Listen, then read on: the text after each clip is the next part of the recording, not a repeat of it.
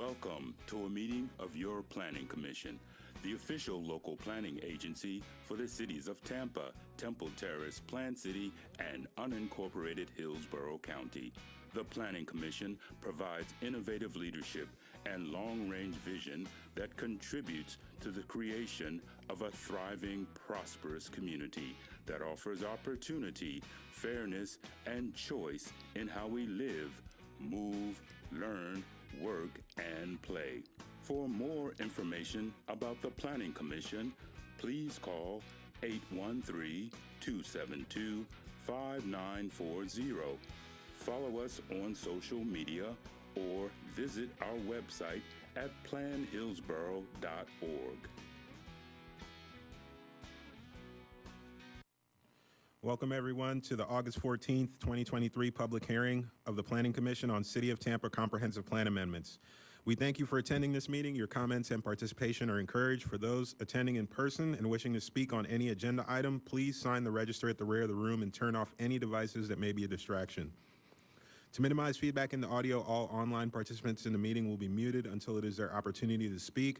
Planning commissioners should unmute themselves to indicate that they would like to speak. Please be sure to state your name at the beginning of your remarks for the benefit of the clerk. There will be an opportunity for members of the public to provide comments. When your name is called, you will be unmuted when it is your turn to speak. Please wait until the chair calls on you to begin speaking. State your name at the beginning of your comments and adhere to the time limits. If anyone has difficulties or is watching via HTV and would like to provide comments to be included in the record for local government hearing, please email them to planner@plancom.org. That's planner@plancom.org. For those of you who are not familiar with our process, the meeting will be conducted as follows. The agenda item will be introduced. Staff will give their presentation with a 15-minute time limit. The applicant will be given the opportunity to make a presentation with a 15-minute time limit. Following presentations, members of the public may address the Planning Commission when recognized by the chairman. Public comment will be heard for 3 minutes per person. The applicant will be afforded a 3-minute period for rebuttal or response. Planning commissioners will then ask questions. Public comment will be closed. Then upon a motion, a second, and a discussion, a vote will be taken. With that, I'd like to ask the clerk to please go ahead and call roll. Good evening, commissioners. Bernstein? Bowden? Here. Buzza? Cardenas? Fernandez? Here. Handy? Here. Kress? Here. Lauk? Here. Saria? Here. Joseph? Here. Thank you. You have quorum. Thank you. All right. Before we get into our agenda items, we have 2 items here that are misnoticed and will have to be officially continued here on the record to September 11th. Item 2D, TACPA 2308 Comprehensive Plan Map Amendment is continued due to a misnotice, and item 2H, TACPA 23-12 Comprehensive Plan Map Amendment is also continued, and they are both continued to the September 11th cycle. All right. On to our actual business items. The first item up for business is 2A, TACPA 2301 Comprehensive Plan Text Amendment, Mobility Section, and the presenter is Katrina Corcoran. Good evening, Planning Commission. Katrina Corcoran, Planning Commission staff. I'm here today to present the Mobility Section. This is an action item and a resolution will be provided for your vote. To start off, an introduction to the Mobility Section. It's a portion of the overall Tampa Comprehensive Plan update, and it implements key components of the adopted vision of the Tampa Comprehensive Plan.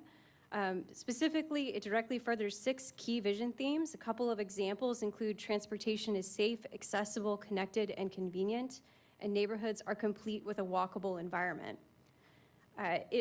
We've had significant public and stakeholder engagement, and implementation was coordinated with various city staff and departments. We also have a project page that is linked here. The Mobility Section is a portion of the places in the City of Tampa Comprehensive Plan. The current goals include land and transportation system coordination, walk-bike network, transit, neighborhood livability, and safe, convenient, and efficient roadway. The new section updates and modernizes mobility-related language and provides a framework for mobility-related initiatives. We have 5 proposed new goals for the mobility section, includes multimodal options, economic opportunity, sustainability, resilience and health, equity, and safety. The proposed topic area updates, there's new language proposed to most topic areas, but notable topic areas include context classification. Context classification considers the use of the land surrounding a road. For example, a road surrounded by large natural areas may be considered rural for its context, or C1. In contrast, a road in downtown Tampa would be considered urban, or C6. We also have language on development's impact on the transportation system. So many of the policies direct or support development to include multimodal improvements wherever possible and feasible, including sidewalks, bicycle facilities, connecting to transit, et cetera. We have language on parking and curb space management. So these policies direct the implementation of parking and curb space standards that reserve curb space for the highest and best use. So this includes reduced parking near transit, parking that facilitates safe and convenient walking to buildings, et cetera. We have language on emerging technologies. So these policies support the city reviewing new technologies and strategies, such as autonomous, connected, and electric vehicles, enhanced traffic systems, and coordination with companies such as Uber and Lyft. We have language on transportation investments that improve resilience and health. So these policies encourage evaluation of roadway impacts to the environment, neighborhoods, and commercial areas, the capability for evacuation, and a focus on the health improvements of transportation projects. We also have policy language on equitable transportation project development and prioritization. I realize that's a mouthful, but essentially these policies encourage the completion of critical walk and bike connections in underserved communities, as well as considering negative impacts of certain transportation projects to underserved communities, and finally, reviewing socio-demographic and equity factors during the project development and design process.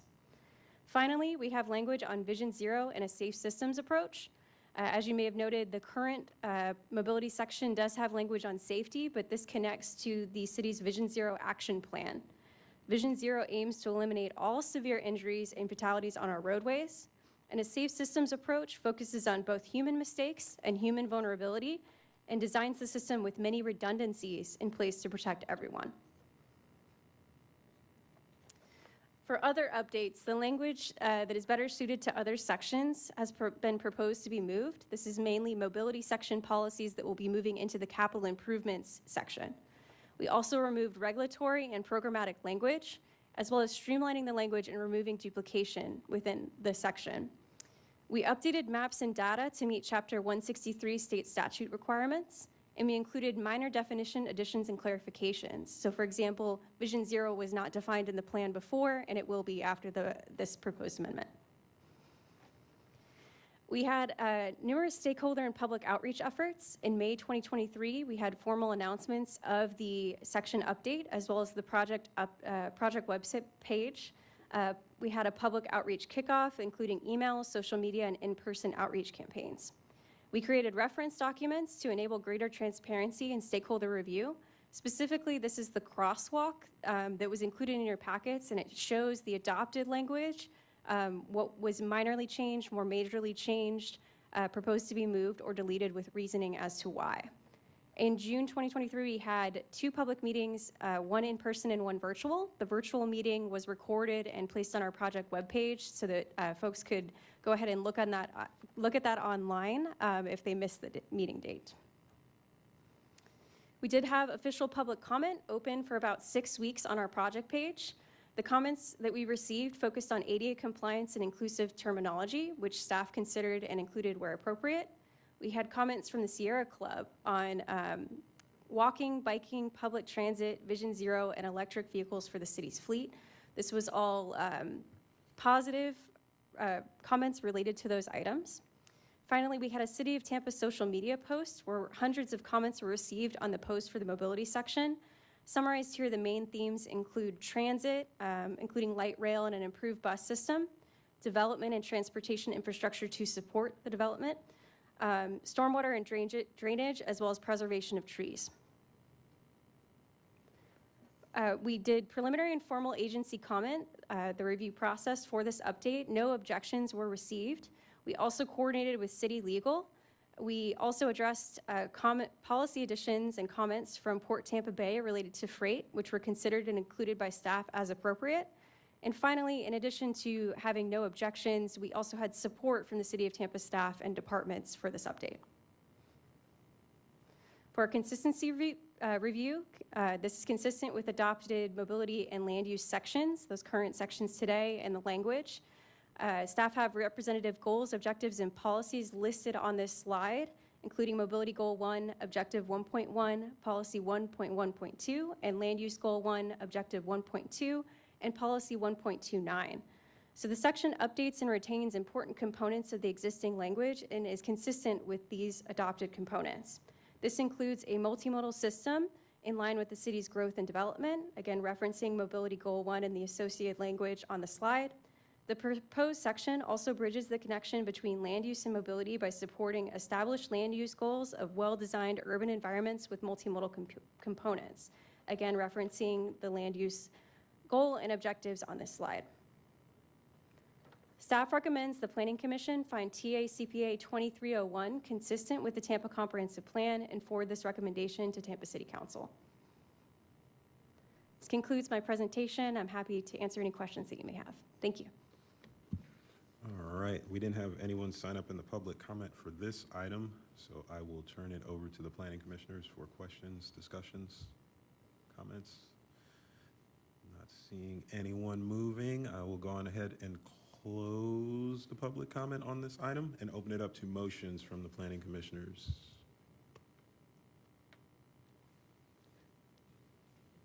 Anyone? Commissioner Soria. I'll move the motion for TACPA 23-01 mobility section and find it consistent with the Tampa Comprehensive Plan and forward this recommendation to the Tampa City Council. All right, we have a motion. Yes, Commissioner. Second. All right, a motion of consistency finding by Commissioner Soria. A second to that motion by Commissioner Laut. Are there any other comments or questions from the commissioners? Not seeing any at this time. I will ask the clerk to go ahead and do a roll call vote on this item. Belton, Yes. Cardenas, Yes. Fernandez, Yes. Handy, Yes. Kress, Yes. Lauk, Yes. Soria, Yes. Joseph. Yes. Thank you. Motion carried 8-0. Thank you. All right. Thank you. Next up on the agenda, item 2B, TACPA. Yeah, 2B, TACPA 2303 Comprehensive Plan Map Amendment, 7400 Inter Bay Boulevard, and the presenter is Danny Collins.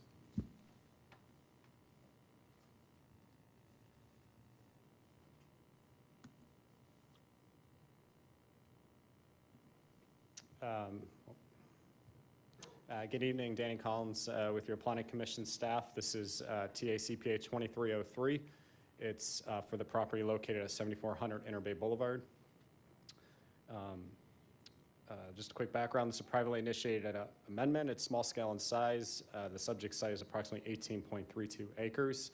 And the request is to change the future land use designation from light industrial to community mixed use 35. Here is the general locator map. Subject site is within the South Tampa Planning District. It's within the Gandy Sun Bay South neighborhood. Portions of the site are within the Colesai Hazard area, and also a small portion of the site is within the MacDill Air Force Base clear zone, and it is shown here on our locational map. Here is an aerial map of the subject site and the surrounding properties. You'll see the subject site is here. It's generally south of the intersection of Inter Bay Boulevard and South Lois Avenue. There are single-family detached uses directly to the west of the site, as well as some non-residential uses to the north of the site. This is a storage facility, I believe, over here. Or it might be over here.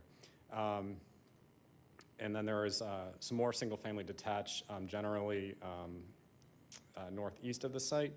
South of the site is North Boundary Boulevard. Here is an image looking north from the subject site towards Inter Bay Boulevard. This is looking south the subject site from Inner Bay Boulevard. This is looking east along Inner Bay Boulevard. The subject site is out of the frame to the right. This is looking west on Inner Bay Boulevard. The subject site is to the left. This is the entrance to the site from Inner Bay. And you can see some multifamily just up the road. Here is the adopted future land use map. The subject site is currently recognized under a light industrial designation. To the north of the subject site, we have land designated as residential 35. To the east of the subject site is land recognized under the CMU 35 designation. And then to the south of the site, we have McDill, which is recognized under the public semi-public designation. And then to the west of the site is land recognized under the residential 10 designation. These green lines shown on the map represent the coastal hazard area. To the northwest of the subject site, this color here, is land recognized under the transitional use 24 designation. There was a plan amendment a while back on the subject site to the east that changed the land to the CMU 35 designation. Here is the proposed future land use map showing the subject site under the CMU 35 designation. The CMU 35 designation encourages a mixed-use development pattern up to 35 dwelling units per acre or up to a 2.0 FAR. Here is a slide showing the potential impacts of the proposed change. Currently under the light industrial designation, dwelling units or residential uses cannot be considered. Under the light industrial designation, the subject site can be considered for just under 1.2 million square feet of non-residential uses. As proposed under the community mixed use 35 designation, the subject site could be considered for up to 641 dwelling units, or just under 1.6 million square feet of non-residential or residential uses through a mixed-use development. The request would increase the non-residential intensity on the subject site from a 1.5 FAR to a 2.0. It would also prohibit industrial uses and introduce the consideration of residential uses on the subject site. The Planning Commission staff reviewed the request and found it inconsistent with several policies of the comprehensive plan. The request is inconsistent with policies that seek to preserve and protect industrial lands. The request has the potential of removing over 18 acres of industrial lands in proximity to Old Port Tampa. Additionally, the request is inconsistent with policies that seek to maintain and reduce hurricane clearance times.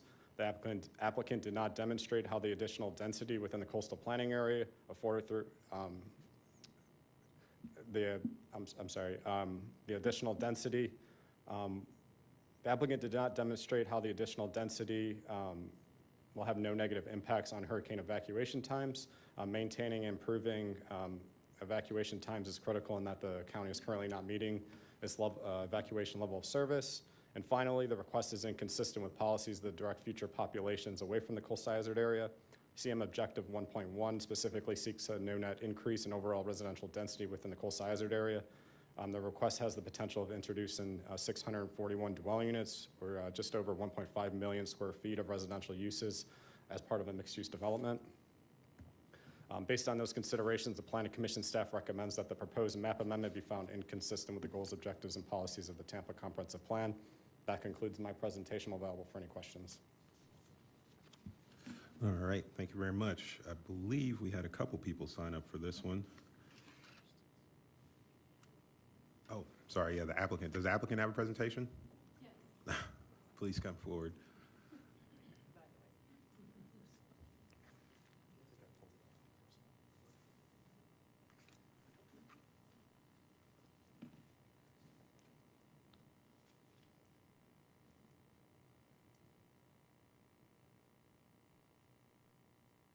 I need to stand further back so I can see it. Sorry.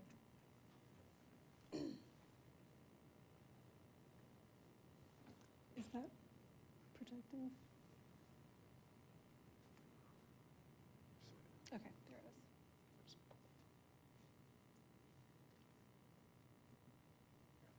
Thank you. Good evening. My name is Angela Rauber, and I am with the law firm of Hill, Ward, Henderson, 101 East Kennedy Boulevard. I represent the applicant tonight.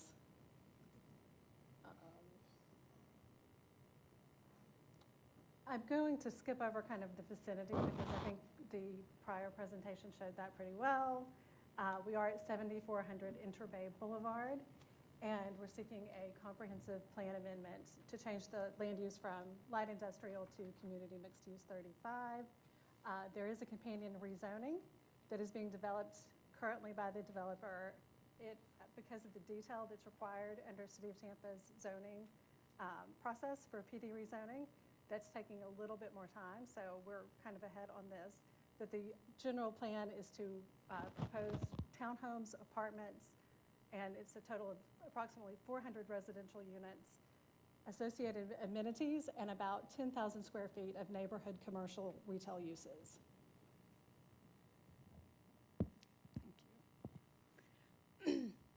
Generally, the surrounding area has changed in this neighborhood. It's gone from what was once an industrial area to a mixed-use commercial retail area, and that's happened since about 2004. There have been 3 plan amendments. As you can see, the predominant use in this immediate area currently is residential, which includes multifamily apartments, townhomes, single family. There are also commercial uses along Del Mabry, and then dispersed areas of light industrial and self-storage. Of course, MacDill Air Force Base is to the south. Again, showing the surrounding neighborhoods. To the north, there are multifamily apartments that are R35. To the east, there are multifamily apartments that are the same land use category as requested. MacDill Air Force Base to the south, and then there are townhomes that are designated R10 to the east or to the west. In the planning report prepared by Planning Commission staff, planning staff acknowledged that the request is compatible with the existing pattern of development and supports the plan's housing policies. Of course, as I mentioned before, City Council has already approved 3 plan amendments since 2004 within the area. And those are listed in the planning report, so I won't go through them in detail here. But the most recent was a change from light industrial to CMU 35, which happened in 2019. Also, the majority of the site is outside of the MacDill Air Force Base clear zone. The request is to propose something that is compatible with the mixed-use neighborhood that is existing in this area.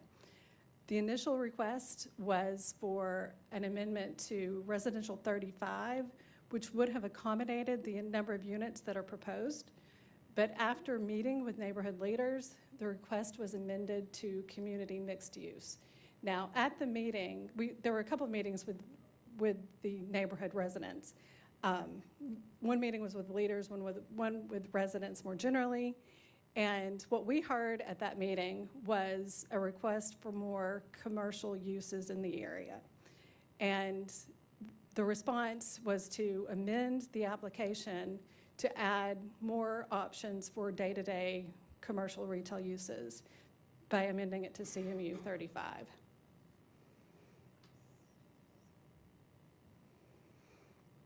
The planning staff supported, they cited specific land use policies in the planning report that supports the application. Specifically supports diverse housing opportunities in the South Tampa Planning District. The areas are close to transit and amenities that are in the area, and it was generally found to be consistent with the housing and land use policies that are associated with housing needs in this area. Again, the proposed application would provide 400 new homes in the area to meet Tampa's future and current needs. It provides housing that's closer to transit and commercial services, and it's housing that's compatible with the existing pattern of development in the area. Importantly, one of the other things that is notable here is that even without a land use amendment, residential development would be allowed in this area under the Live Local Act, because the property is currently zoned as light industrial. Go through these. And then finally, the application itself did not receive objections from city staff departments. Notably, transportation and emergency management did not have specific objections. We also have consultants here from J.R. Evans who are prepared to address the coastal hazard consistency. Thank you, Angela. Let's see. Oops.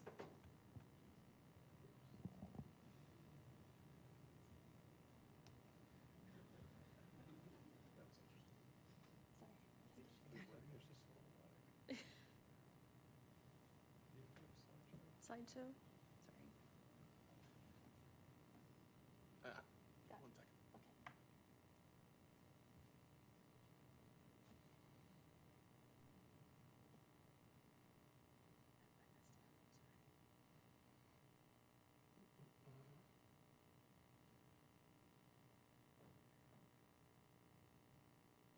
Okay. Okay.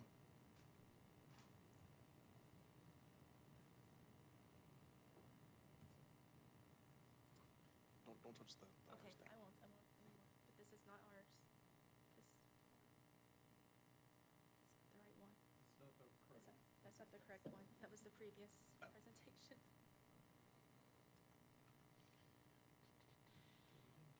I had it open. Okay. Oh, okay. It's the second one. Second one? There it is.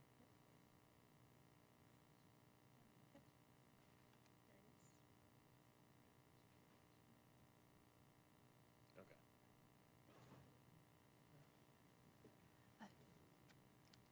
Good evening, Commissioners. I'm here today representing J.R. Evans Engineering. We're a Florida-based engineering firm. Can you state your name for the record, please? Yes. Elizabeth Fountain, professional engineer and certified floodplain manager. I also have with me today Jim Von Rintelen. He's our emergency management expert and advisor. And our firm specializes in coastal floodplain analysis, riverine floodplain analysis, coastal floodplain mapping, construction zone,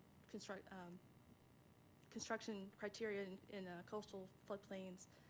And we bring to the table over 24 years experience from myself and 35 years experience from Jim. I'm here to provide an explanation of this distinction in the term coastal high hazard area from where it's defined in FEMA's definition and how it's used in the emergency management field. So the FEMA has a coastal high hazard area, and it's really mapped as the extent of the coastal flood zone that's subject to high waves, high wave action, and is the highest risk flood zone that can be mapped for properties. It actually corresponds to the 1% annual chance storm event, which has a 26% chance of happening every 30 years. It's based on actual historic storms in the vicinity of the study area. It does evaluate wave conditions, wave propagation, river flow, and rainfall events, so it's a pretty comprehensive model and mapping tool. It's used for the regulatory criteria to define building code regulations, floodplain management, development regulations, everything in that field. And it was recently updated for the entire Hillsborough County in October of 2021. This is an aerial of the project site, which is marked by the red star. And then the yellow areas on either side to the east and west, that represents the limit of the FEMA-defined coastal high hazard area. So for the coastal high hazard area that's used specifically for evacuation zone planning and management and shelter planning, it's defined by the SLOSH model, which is a NOAA product. It is the worst case, highest water level illustration or snapshot. It doesn't represent any one hurricane event. It's really a combination of the worst case scenario that could happen. It's not used for the criteria in the Florida Building Code. It's not used for criteria when developing in a floodplain. It's strictly used as an emergency management tool. For risk and emergency preparedness, Jim is here with me today, and he can provide input on his evaluation of the site with respect to evacuation zones and shelters. From his analysis, we've determined that there's no significant impact on the evacuation routes or the shelters in the area for this project. Here's a graphic showing the evacuation zones. The project site is in a blue star, and it shows the number of shelters in the area as well. And based on our study, there are 10 shelters that have capacity and no issues within a 15-mile radius of the project site. I wanted to highlight that the current Florida Building Code and the National Flood Insurance Program regulations have established minimum criteria for buildings that are constructed in a flood zone. And by the way, this property is located in a zone AE, not subject to coastal wave action. So it's a standard coastal A zone, and it will be required to have finished floor elevations 1 foot above what the base flood elevation is for that property. And the new buildings are required to have more structural reinforcing to help withstand those 100-year wind forces and water hydrostatic forces. For example, I wanted to highlight how well the new building code is doing for structures that are subject to hurricane events. This is a tale of two homes. This is down in Marco Island in Collier County. This is one home that was built with 70s, in the 1970s, and across the street is a much newer home, and they both experienced much different effect based on the hurricane. Just recently, for Hurricane Ian, this is down on Bonita Beach. We have two homes side by side. One was built in 2017, one was built in 1991. This is an aerial from January 2021. And here's a post-Hurricane Ian aerial from October 2022. The 2017 building, remained intact and was not demolished, and the 1991 was. Another example is, again, in Bonita Springs, close to the coast. A new building was built in 2016, and 1994 construction for the property next door. Again, 1994 building completely demolished from the site, and the 2016 building remained intact. So it just is an evident to show you that the new code regulations are working for structures that are built in these flood hazard areas. And we're here to answer any questions you may have. Thank you. All right, thank you. Oh, I see the applicant coming back up. Closing note? Just one simple closing note, just to reiterate the request. Obviously, one of the concerns in the staff report was that we did not address the coastal hazard area sufficiently, and so hopefully this presentation helped clarify some of the measures that are in place and the existing status. Finally, we respectfully request that you recommend a finding of consistency. Thank you. Thank you. All right, so now with that, to the public comment, and we did have a couple people sign up, I think. I know we have one person for sure here, Sandy Sanchez. Start with Sandy Sanchez. You have 3 minutes per person. Good afternoon. I had something prepared, and basically I was just going to mimic what Danny Collins has to say about the comprehensive plan and how negative and how wrong and inconsistent this is. But I have to say, I am shaking after hearing the applicant's presentation. I worked for 25 years for State Farm Insurance, National Catastrophe. I have worked at least 10 hurricanes, the earthquakes in California, hail up in Wisconsin, and tornadoes in the Midwest. Mother Nature cannot be predicted. The engineering report and all the possibilities, I'm sorry, that is malarkey. The important thing about this project is the humanity, the lack of humanity in the project. The people of south of Gandy, and I do not live south of Gandy, are already in dire straits. That particular area in the county does not meet the evacuation levels for the coastal management area. The fact that you could even consider to put 400 units south of Interbay is almost a crime. There are 2 exits to get out of that area with any kind of help at all. But with all the cars coming from St. Pete to evacuate from the beaches, they do not have the opportunity.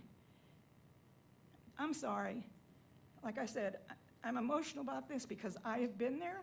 I have seen the people who have not been able to get out of a catastrophic situation, and I understand that there is no predictability to any catastrophes. So please deny this request. Thank you. All right. Is this a B? Did you say? Sure. All right. We have Yancy A? Or Nick L? That's for agenda 2J. J, it's a J, okay, sorry. All right, how about Carol Ann Bennett? Come on down. So y'all don't have an overhead, so we're gonna be looking at this and at this. Hi, my name is Carol Ann Bennett. Both the city staff and the Planning Commission staff find this amendment inconsistent. And I ask that you also recognize that this is a very, very bad idea. This change would allow up to 641 dwelling units in an area that is in evacuation zone A, the coastal high hazard area, special flood zone AE, the 100-year floodplain, and the SFHA, special flood hazard area. It violates Comp Plan Objective 1.1, which says no net increase in residential density in the CHHA. In addition, it would eliminate the potential for industrial and commercial development. Many municipalities are belatedly realizing the short-sightedness of allowing the loss of their industrial and commercial land. The South Tampa community wants this property to remain industrial because it provides jobs and because it does not harm evacuation times. People evacuate from their homes, not their workplaces. So keeping this light industrial is a win-win for South Tampa. On September 30th, 2021, the Planning Commission staff and the city's planning department made a presentation to Tampa City Council. Here are some excerpts from their report. The comprehensive plan directs that population growth should be highest in the West Shore, Central, and University planning districts and lowest in the South Tampa and New Tampa planning districts. Unfortunately, the exact opposite has happened. If you look at this graph, you'll see that from 2010 to 2020, New Tampa saw the largest growth due to new large-scale subdivisions that were entitled many years ago. The subdivisions are finished and the rate of residential growth is decreasing. That's why the red is smaller than the blue. South Tampa saw the highest residential growth rate since 2010 of all the planning districts, second only to the growth caused by the big new subdivisions in New Tampa. And while the rate in New Tampa is decreasing, the rate of residential growth in South Tampa is increasing. This is the opposite of the comp plan's vision for growth. The West Shore district is designated a high growth area but is falling short of the comp plan's vision. The University district, which is this area right here, which you will see is a no evacuation zone, has the lowest growth in the city. It is supposed to have the highest growth in population employment, but instead it only grew 1% in 10 years, 1%. And again, no evacuation. The development in South Tampa is not in line with the comp plan, which directs growth away from South Tampa and into the West Shore, Central, and University districts. This is the report from the Planning Commission staff. The majority of transit and employment opportunities are found within the West Shore, Central, and University districts. Therefore, the comp plan envisions the 3 core districts, Central, West Shore, and University, as having the most growth opportunities within the city of Tampa. This change in land use violates the comp plan, is the opposite of what this city needs. Please vote no. Thank you. All right, thank you. Next up, we have Jim, you're part of the applicants. Jim Vion Rintone? Okay. Stephanie Pointer?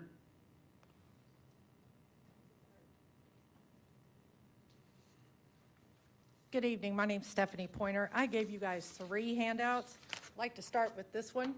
This is the actual coastal high hazard area. It looked a whole lot different than what this nice young lady put up a few minutes ago.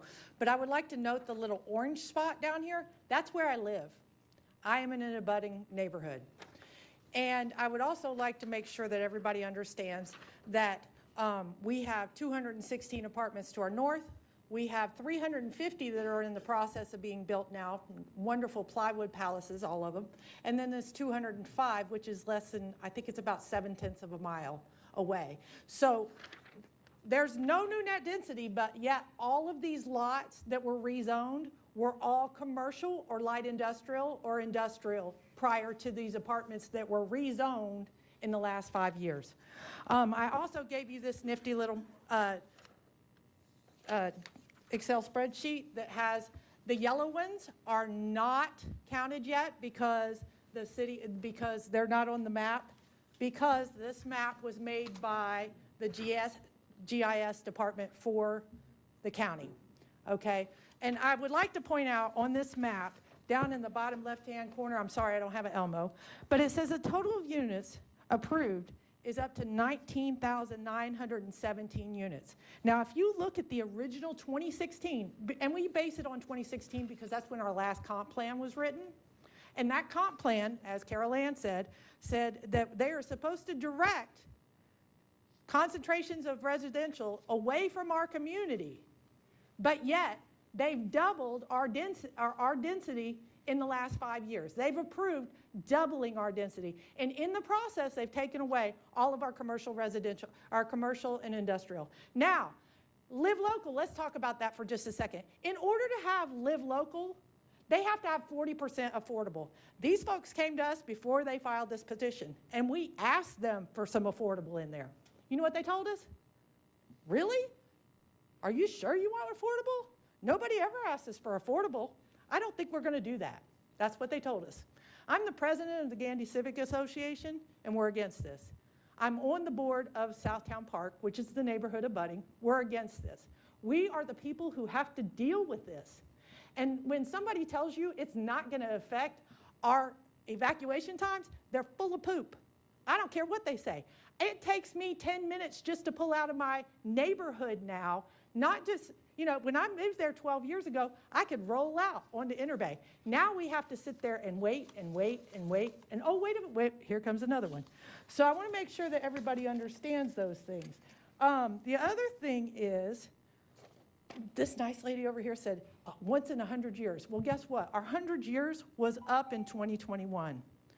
Please say no to this. We cannot have any more of this. People will die if we have one of those 100-year events. It's time to stop. All right, and that's all we had for this agenda item signed up here. So does the applicant want to respond? You have a 3-minute response period if you'd like to use it. Quickly, we would like to respond just to some of the concerns about the coastal high hazard area that were raised. Obviously, the land use policies do not prohibit all future development in the coastal high hazard area, and I will turn it over to Jim. Hi, good evening, Commissioners. Jim Von Rinton with JR Engineering, for the record. I'm a certified National Emergency Management as well as a certified Florida Emergency Management professional and a certified floodplain manager. I've been practicing that for about the last 30 years, been certified since 1999. I Personally, was responsible for the Collier County Emergency Management Program for 15 of those years. I personally did 17 evacuations of Collier County, managed the decision process and the getting them in and getting them out. Two things. One is that the coastal high hazard area, there are two definitions, and both of the folks spoke are correct. One of them has to do with building, and is the one that we showed on our slide that is, this piece of property is not in. The other one has to do with slosh modeling, and has to do with emergency management, and that more equates to the evacuation map that you're used to seeing in your hurricane evacuation guide. So there are two different things. The two different governmental agencies tend to use similar definitions or similar names for things that are unrelated. So that's where that confusion comes from. With regard to clearance times for evacuation, just because you're adding 400 dwelling units doesn't mean you're necessarily adding to the clearance times. It has to do with the emergency management program, their planning, the location of shelters, how close they are to the area that you're evacuating from, how the evacuation routes are set up, and how the planning and warning from the emergency management department is in place. So when they had no issue with this project, that's what they were looking at. So I'm not from here, but when your local emergency manager has looked at it and doesn't have an issue with it, that's because they've taken all of those things into account. Based on any questions you may have?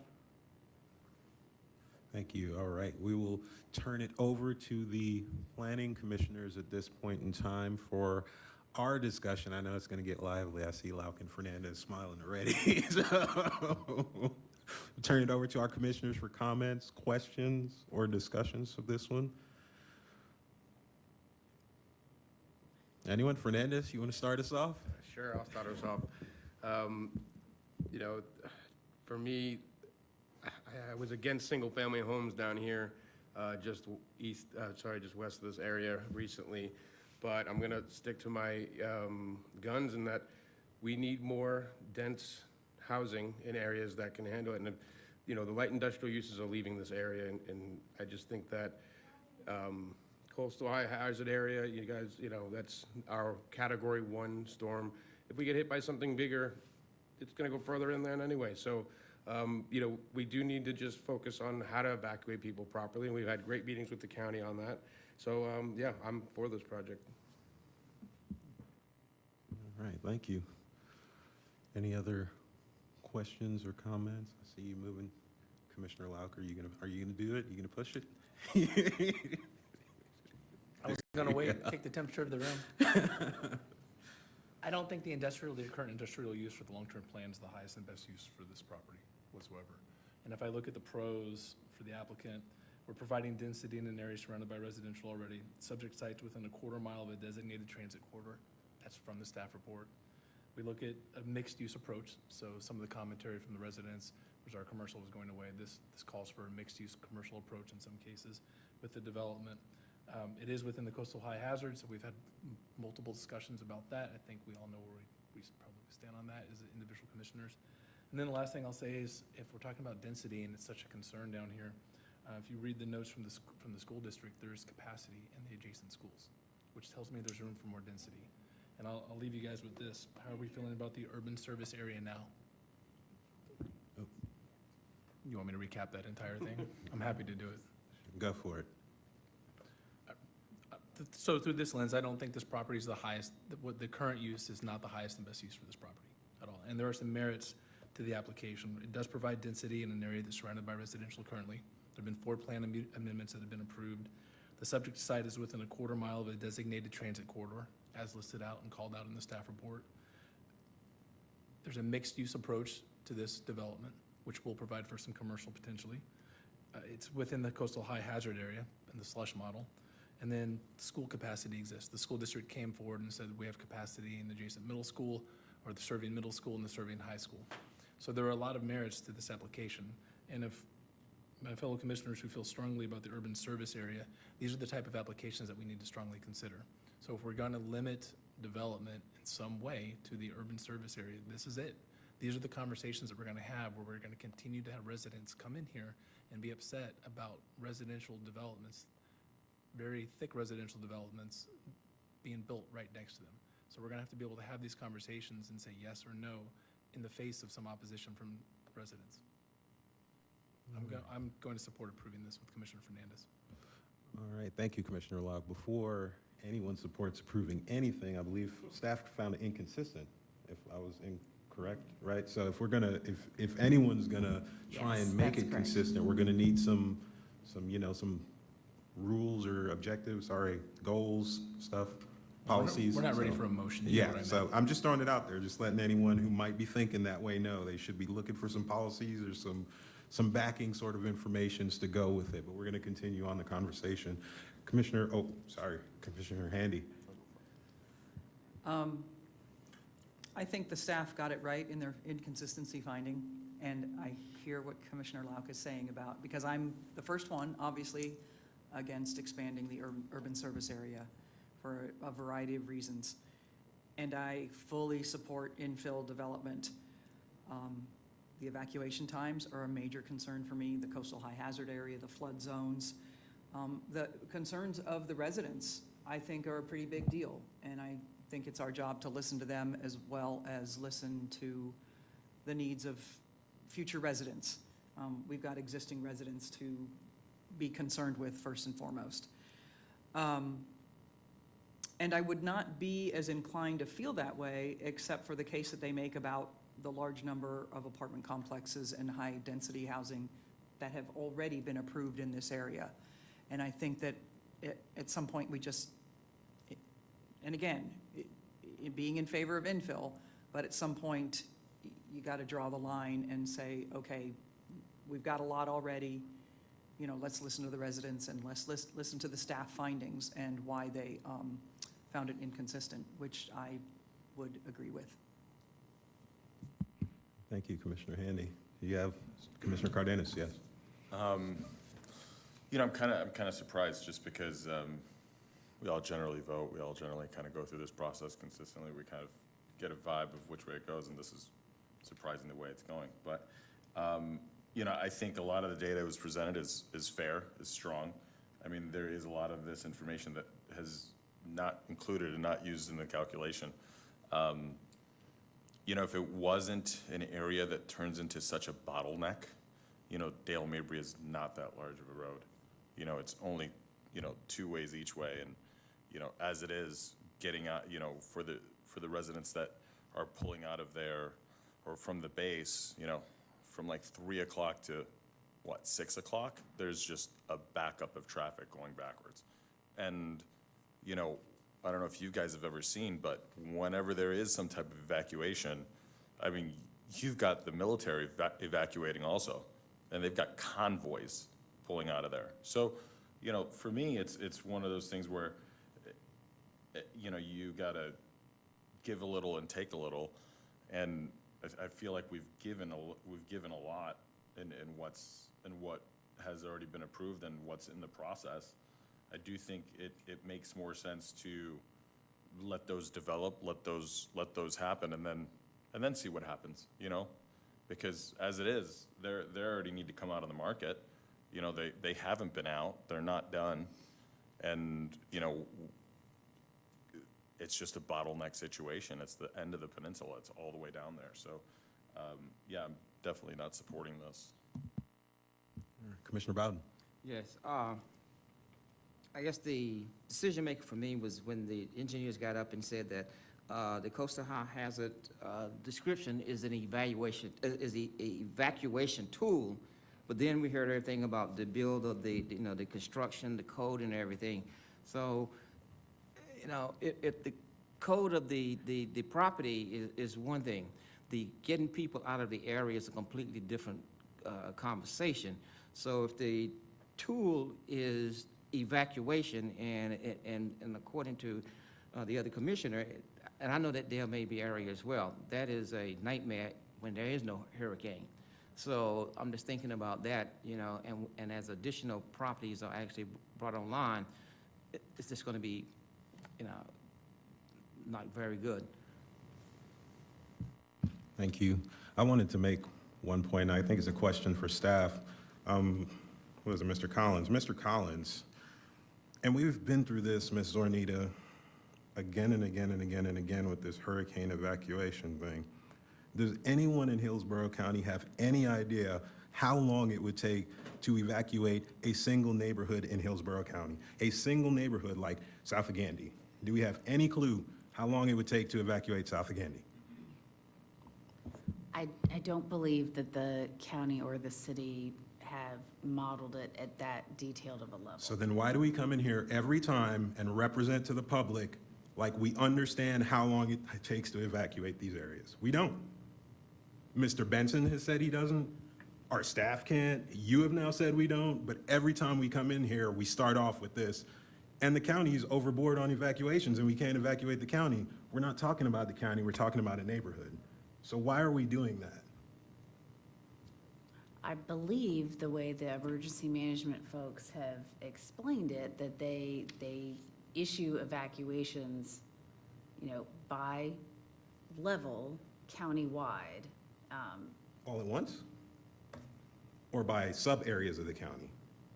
So like areas close to the water, areas further out? Like level 1, level 2, but typically they do it countywide, so that's how they look at the implications for the whole county.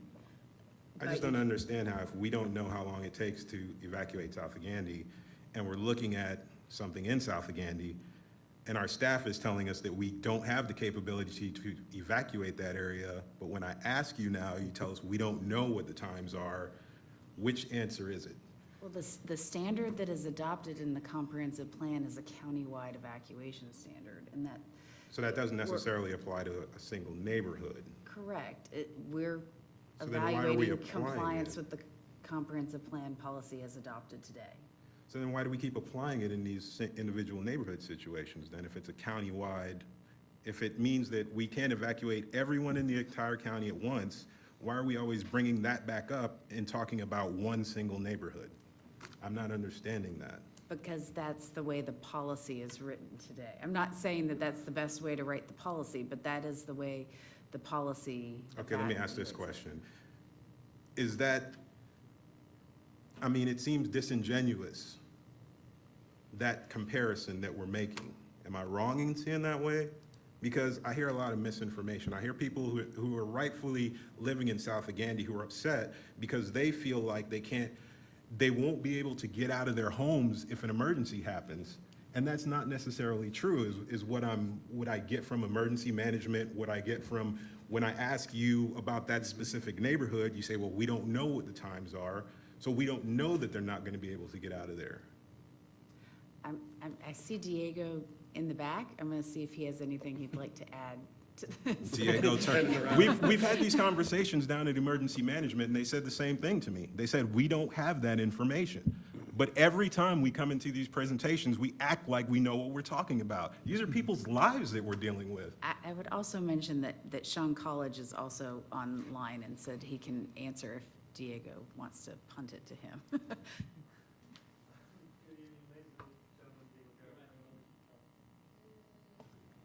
Good evening, ladies and gentlemen. Diego Guerra, Planning Commission staff. So the county's clearing times does apply across the board. Currently, I believe it's, I would have to look, but it's 18 hours, 16 to 18 hours to clear to announce an evacuation. In terms of evacuation zones, the emergency management works with local governments to announce when a zone is to evacuate, which is applied countywide, citywide to that particular zone. And then as the natural hazard event or gets closer, those zones start clearing out.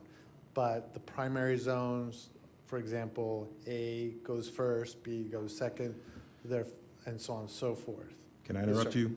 I got all that. Yeah. How long does it take to evacuate the city of Tampa?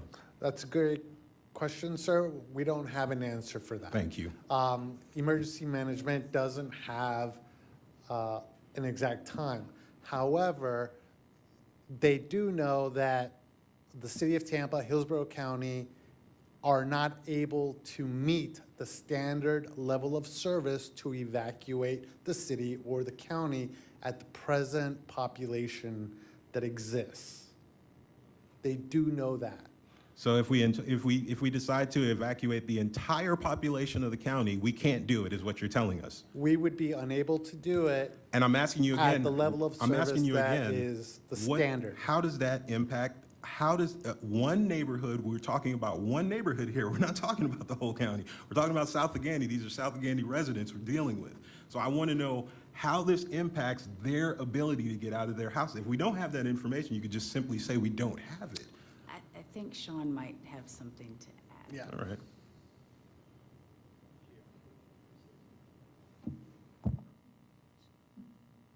Sean, we can't hear you, Sean. Oh. Stand by. Can you hear me now? Yeah, we got you. Okay, thank you. We do know how long it takes to evacuate the county. There's a statewide emergency report that's done every 3 years, and it models how long it takes to evacuate the county. It's done on a countywide basis, and that's because state law applies, local governments have to meet a countywide evacuation standard. So we don't know it by neighborhood individually, we don't know it by city individually, but we know it by county as it's modeled. And we know from that report that that this county and most counties don't meet the standard that's in state law, and that is required to be in the comprehensive plan. Thank you. And I can give you that. I don't have it in front of me, but I can look up the actual hours that it takes, and I can give it to you guys after the meeting. No, I'm not interested in finding out how long it takes to evacuate the county. I'm interested in South Gandy, but nobody seems to be able to give me that information for some reason. But thank you. That's the end of mine, so I'll quiet down after that. Thank you. I just wanted to say that because I've heard this conversation about evacuation times go past me too many times. So, Commissioner Laug. Based on non-compliance with state law, perhaps we should deny everything that comes before us moving forward. To underscore your point. Commissioner Fernandez. You know, MacDill Air Force Base has a air show, 75,000 people in one day, and they all get home for dinner. Amazing. Right? I don't know, has anybody ever been to the Air Fest? Because I have. 75,000 people a day, and they're all home by dinner. So adding 400 units, I don't think is going to break South Tampa. You know, that's the best comparison I have of getting everybody out of that area of the city at once. So just a point I wanted to make on the transportation. And second, the county probably, which makes sense, just nixed the plans for the ferry to go from MacDill to South County. So, you know, we were trying to figure out a way to get people off the roads. This could be another one, more housing near the base, so we're not thinking of $80 million ferries. Thank you. Commissioner Cardenas. You know, on the other side of it, we have a lack of industrial. All throughout the county, we have a lack of industrial. And I'm all about growth and trying to manage the growth that's happening here in a positive way. But at the same time, we're approving, you know, land use all the time for, you know, large square footage for industrial space. And now we're switching it over to in a certain area where it is clearly an issue, it's clearly a problem.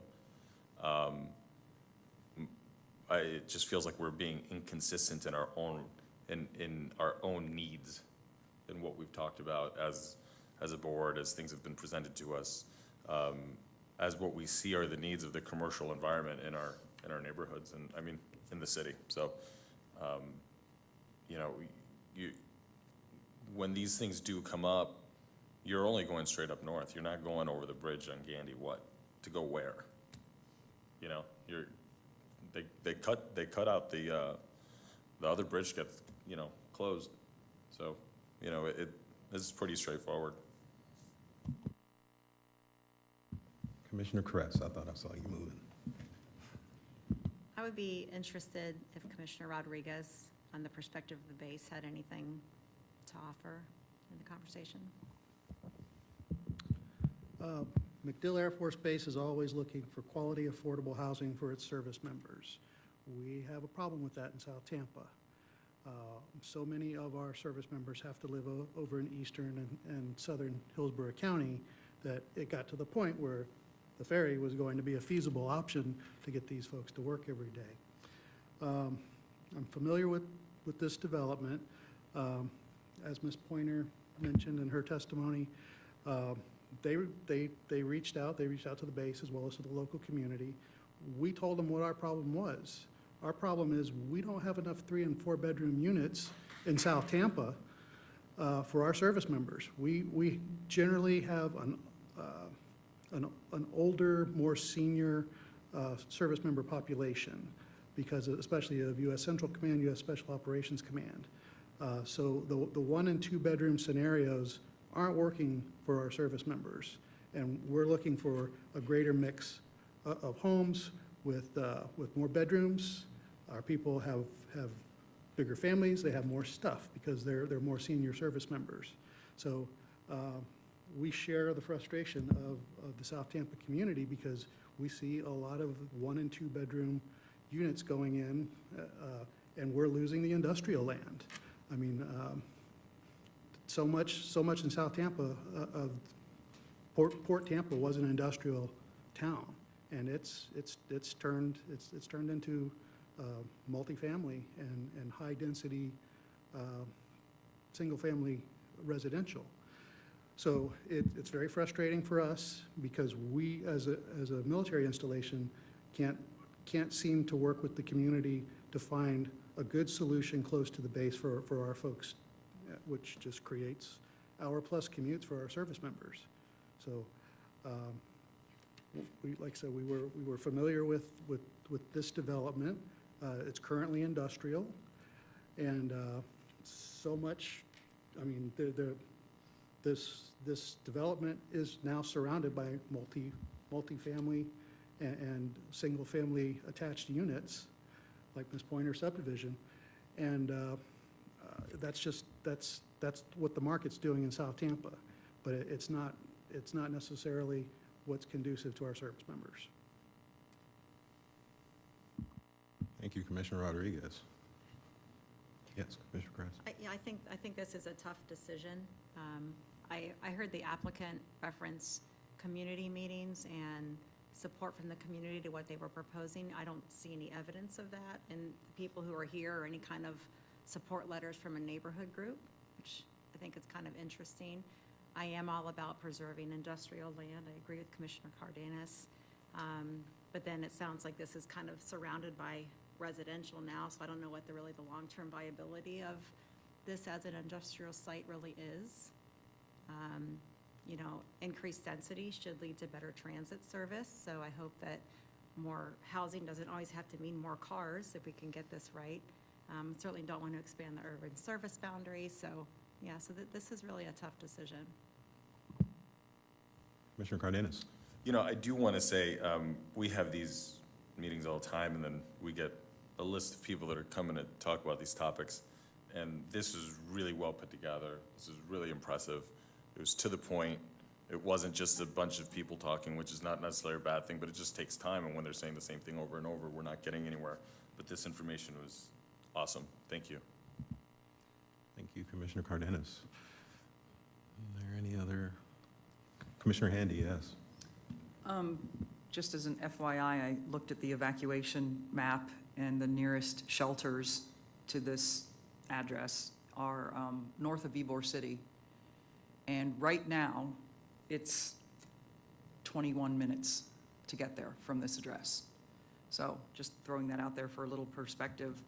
And I agree, is this the appropriate and is this long-term industrial use for this site? Maybe not, but we have to maintain some areas for jobs and not just cover it up with high-density residential everywhere. And given I'm not sure I know how to read this table correctly, but this says 6,000 units already on the books or built or whatever coming. Maybe we've got enough, and someone else had said, like, let's see how that pans out before we start approving more. And I, especially with, given all of the other issues with this particular site, I'm in agreement with that. Thank you, Commissioner Handy. Any more? Commissioner Soria? Sorry. A couple of things I wanted to add. Talking about the traffic situation, I believe I drive quite a bit in Hillsborough County and other counties between 3 and 6 and morning 6 to 9. You cannot get anywhere within Hillsborough County in less than an hour and a half. Like my commute, and that's just the commute. Like if you're on a traffic, evacuation is different, but evacuations, how it works out is usually there's a time frame. So depending on how much time it is, how much people you can get out of the city, that's a different story. But gridlocks are different stories. So we are comparing apples to oranges. So that's two different stories as well. Evacuations is different. You're leaving the town. You're not going to a concert or things like that. And again, accidents do happen during evacuations as well. So looking at that and looking at various points, we should just stop agreeing to increasing density throughout the county, but that's not possible. However, looking at this land, and it looks like it's a good spot for adding more housing as well. And one of the things I notice is there's different goals and plans and criteria, and it seems like majority of them kind of fits the changes that comes along with adding density in the area as well. So those were the points I wanted to add. Thank you. Good points, all good points. Are there any other thoughts, any other comments, questions from the commissioners? Commissioner Cardenas. Just make a motion. Oh, fancy pants. All right, well, I guess I will go on ahead and close the public comment on this item and open it up to the commissioners for motions on this item. Make a motion to file, to find TACPA 2303 inconsistent with future land use plan. All right, that's a motion of inconsistency finding by Commissioner Cardenas. Do I have a second to that motion? Second. Commissioner Handy. All right, Commissioner Handy seconds that motion of inconsistency finding. Are there any comments, questions from the commissioners? Not seeing any at this time. Then I'll ask the clerk to go ahead and do a roll call vote on this item. Bowden? Yes. Cardenas? Yes. Fernandez? No. Handy? Yes. Kress? Yes. Lauk? No. Soria? No. Joseph? No.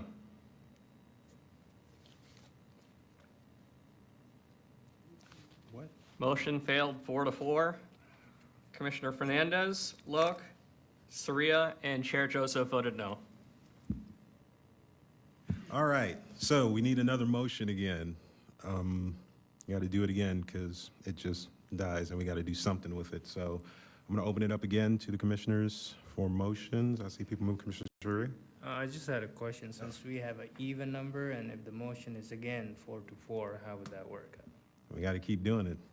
We're gonna keep doing it until we have something to give, or we can.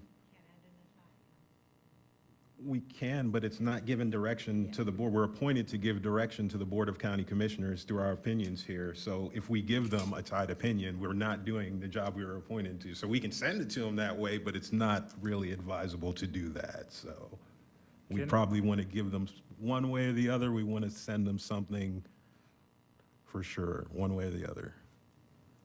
So, Commissioner Soria. I wanted to ask the staff question about 1.6, the policies, plan policies and criteria. Just wanted to ask them, like, how many or which ones of those policies does this amendment meet?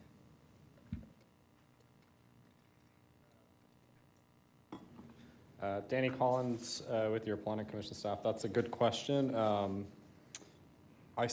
If you look in our report, under staff analysis, you kind of catch a theme onto it. So the first few paragraphs, We kind of talk about housing opportunities, and you'll see all those policies at the bottom. Those are supported by the housing policies, those would support the request. And then also, we kind of discussed, let's see,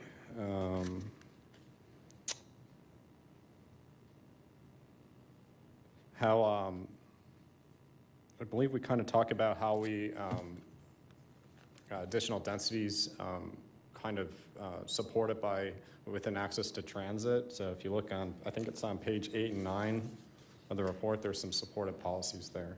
Okay. So I can count 3, 4, I'd say about 10 policies that support the request. Okay, and if I'm correct from the presentation, it was about 3 policies that didn't meet the requirement, is that right? So all the inconsistent policies would be in the resolution, so we got 1, 2, 3.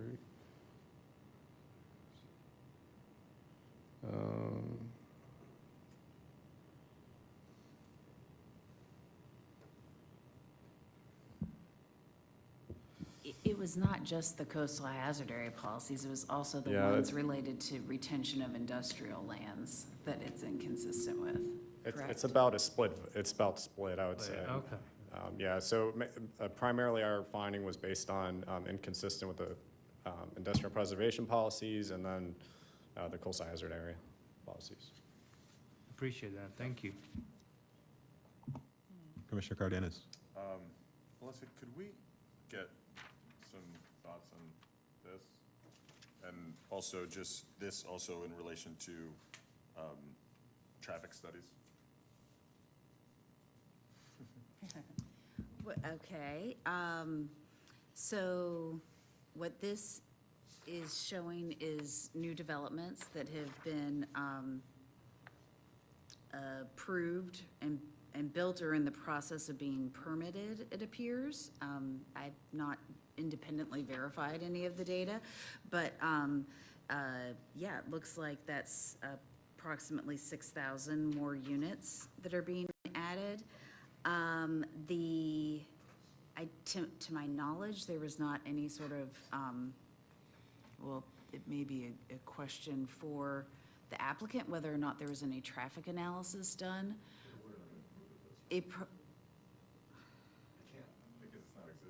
Right.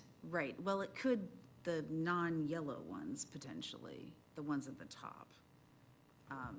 But the yellow ones, you're correct. If they're just in the process of being built, then they would not be included in any existing traffic counts. Okay.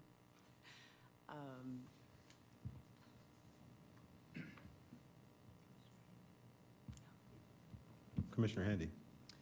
I have, Commissioner Rodriguez, that was some really good information you provided on the McDill, but I think what I heard is that more apartment units are not what the McDill families need, which is, and that is what this is proposing, is that, have I got that straight?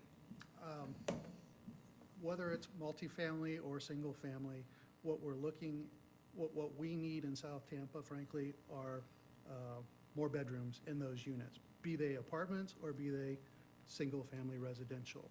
We just have people that have more, bigger families and more stuff. And that 1 or 2 bedroom apartment doesn't fit the bill for so many of our service members. Okay, so to follow up on that, if we were to say McDill families need more residential housing, but more apartments don't fulfill that, I mean, what I'm getting at is that to me, that's one more reason that this site, with all of the negatives already against it, is not even providing McDill with what is really needed in this area. And I'll say that it's not whether it's apartment or whether it's a townhome or a single-family home. It's the mix of units that are being provided in South Tampa, the 1 and 2 bedroom mix, be it a multifamily situation or a townhome situation, that does not seem to be serving the needs of our personnel. And we have to have those folks, they're literally commuting from South Hillsborough County, because that's where they find that mix of home, that quality, affordable housing, that number of bedrooms, that it's not happening for us in South Tampa right now. So it's not necessarily whether it's an apartment or whether it's a townhome or a single-family home. It's just, that's the mix problem that we're running into now. All right. Commissioner Lau. In listening to the applicant's presentation and the neighborhood comments, I was looking for a reason to agree with the staff report when we first came across this. And two of the things that I found very compelling in reading the report as we got into it, one, if we're talking about density, what's it really like down there? And more often than not, the school situation will tell you how bursting an area is with folks. And both schools down there, per the report, have capacity. So I think that gets a little bit lost in the facts when we look through the staff report, when we went through the different agencies. The school district wrote in its report back to staff that there's capacity both in the middle school and the high school. That speaks to capacity and the number of people that are in and around there. 75,000 people in the air show. I hadn't even considered that. And I think it was a salient point where if you look at the people that get stuffed in there and they come in and out of there, there's room for that. And then the final thing I'll say is every single time that we have a proposal south of Kennedy, we tend to lean towards rejecting it when folks come out, whether it's on Beta Bay a few months ago, but we don't have the same conversation when we're dealing with Channelside. More than 3 or 4 months ago, we approved a high-rise down there that took away industrial property in an area that's jam-packed in the coastal high hazard. So the only thing that's different in this situation is it's south of Kennedy. All right, Commissioner Kress. I would, I think, benefit from the applicant explaining a little bit more about the conversations they've had with the neighborhood and the neighborhood support they alluded to, if it's appropriate to bring them back up. Yeah, it's Angela. your du jour. Is the applicant still with us?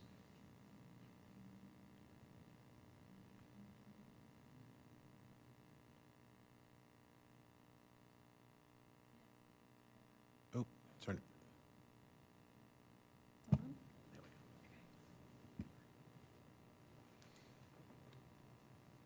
We can respond to those questions. Yeah, Chris Bertner, Mill Creek Residential, the developer for the project. So we've had 2 meetings to date with the South of Gandy Community Association. The first of those meetings was with community leaders to present them with our initial business plan for the subject property, our initial site plan for the subject property.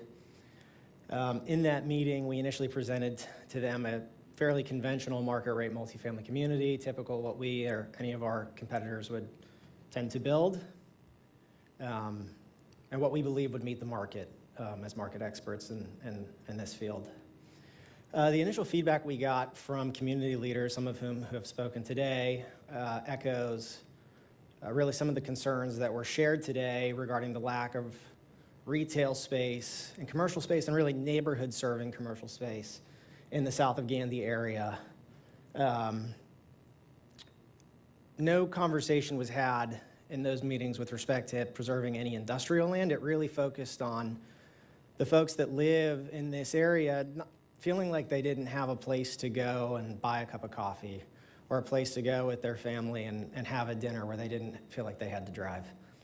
The other concern that was echoed in that meeting was also echoed in today's meeting, and that was the concern from the basis perspective with regards to base housing and kind of what that ideal mix is from the basis perspective for what the senior airmen and officers who live on the base really need in terms of housing in the area. So responding to the first point with regards to the retail, the neighborhood retail, we took the community leaders' feedback and we went back and we started to revise our site plan. Our initial site plan did not include retail in any capacity. As a result of that inclusion of retail in our business plan, we ended up amending our land use application. I believe we had originally applied for R35, but we were not convinced that we could provide the type of retail that community leaders were requesting via the R35 land use designation. So we ended up resubmitting and changed our application to the CMU 35 because we were trying to respond to community leaders' requests for neighborhood serving retail. On the second point regarding base housing, we've spoken a little bit today about unit mix for the project and how the unit mix can serve and better serve the community and the base, which is obviously a very large component of the South Tampa Peninsula. Again, our initial business plan for this community was conventional apartments, very similar to what you've seen built in and around the South Tampa area to date. Following that meeting with the community association, we also spoke with several members of base staff. Mr. I believe Tony Rodriguez, I see a head shaking yes that I got that right. And also, I believe General Mitchell or General Stewart, who's the head of the Tampa Bay Defense Alliance, and I apologize, the name slipped me. General Martin, thank you. All of whom expressed, the desire for more housing in South Tampa to service the residents of South Tampa, and also providing more housing options for people who live on base. Part of what they echoed, part of what General Martin and Tony Rodriguez echoed was the need for larger homes or a skew for larger homes. So, and again, we are still working through business planning. We're still working through our unit mix exercises as we work through this rezoning process contemporaneously with the City of Tampa. But we did go back and we revised our in-process site plan to include a significantly higher percentage of 3-bedrooms, both 3-bedroom apartments and also 3-bedroom townhome units. Again, something that we typically don't tend to do in these markets, but again, trying to respond to the community association meetings that we've had and feedback that we've had from the base and base leadership. So again, I apologize, I don't have specific figures as to what that unit mix looks like today. It's very much still moving, but we truly have tried to engage with community leadership over the last several months as we work to develop our business plan for the subject site.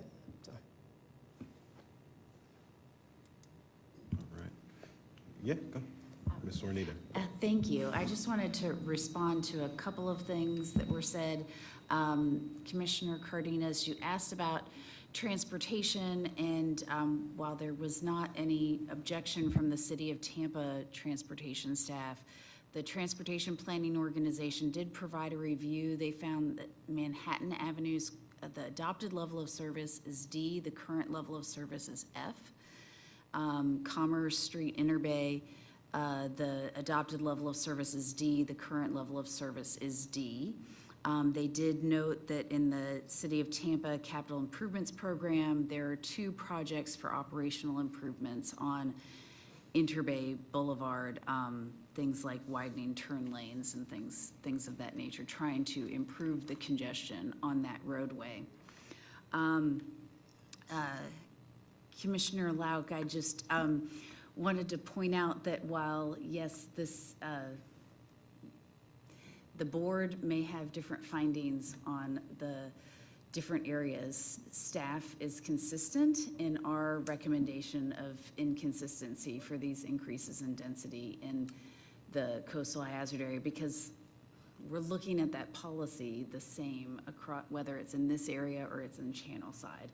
And we are actively working on updates to the policy because we understand that maybe there are some differences in different parts of the City of Tampa, and that one area has a community redevelopment area that is funding infrastructure that this area does not have.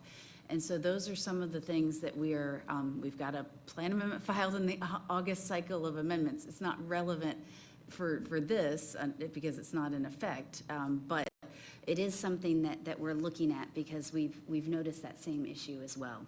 And then lastly, I just wanted to mention, because I feel compelled to say that there's nothing about this plan amendment that assures that it's going to be 400 units and not 641, that it's going to be any sort of mix of townhomes or apartments.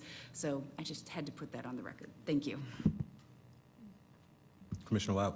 Those comments are greatly appreciated, and I appreciate the consistency that the staff brings to these things. That was more for my fellow commissioners.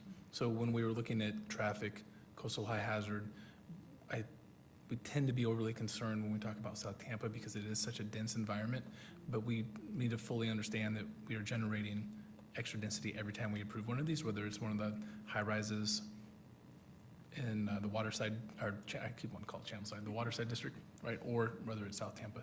And just self-correction, the middle school and high school has capacity. The elementary school would exceed capacity, but the school board notes there's additional capacity exists in adjacent concurrency service areas. So I want to correct myself in case someone's hanging their hat on they're going to vote one way or the other. I don't want misinformation out there. Thank you, Commissioner Lauk. Commissioner Fernandez. Thank you. I just want to make another note. This is a trucking facility. There's vehicles leaving here probably every day. And to me, it looks like there's a couple 100 vehicles on this site. And if the company doesn't have anything to move anymore, we have an underutilized vacant lot in an area of residential. So I just want to bring that up, that Inner Bay is a small road, but these are very large trucks I'm looking at that looks like they're using every day, which will cease to exist once it's changed. Thank you. Thank you, Commissioner Fernandez. Yes, Commissioner Cardenas. I just wanted to comment on a couple things. One, a comment was made about 75,000 people going down to the Air Force Base. I've been to that show, and I mean, a good amount of those people are already in South Tampa just going down to the Air Force Base, so they're not really going that far. They're, probably throughout the city, but a good amount of them are south of Canyon. A lot of them just walk there, or, just in the general vicinity of the area. And I meant to say South Kennedy. The other thing, school capacity versus evacuation time, you might be able to fit more kids in the school, but I don't think the concern is necessarily about the capacity, it's about getting people out. So then we just have more people that we can't get out and more kids that we can't get out. And the other thing about, the coastal high hazard, I personally don't have a problem with adding density in the coastal high hazard. Channelside, Water Street, look, if you want to pay a lot of money to live in those areas, when it comes down to it, you have the means to get out. You hop on a flight and you go, it's easy. Or you're 10 floors up. You're not too worried about it. But if you're in a bottleneck area, that's just the difference. And at the same time, the means of the people that may end up in these apartments may not be the same means of people in other apartments. And we just feel like we need to try to be conscious of stuff like that. Thank you, Commissioner. Commissioner Fernandez. Yeah, I just want to respond to that. I've lived in South Tampa for a total about 5 years. I lived in Virginia Park. I didn't walk to the air show in July. I don't know if you've been there, but there are thousands of cars on that base.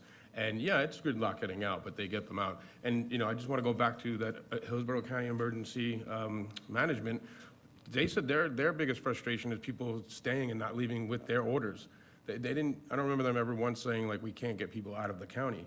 And I think, like we've said before, if we don't build here, you're gonna have to evacuate from a lot of different zones in the area. So I just, there may be 1,000 people that walk to the event, but for the most part, yeah, it probably took me an hour just to get up to, the north side of South Tampa, but we still got out.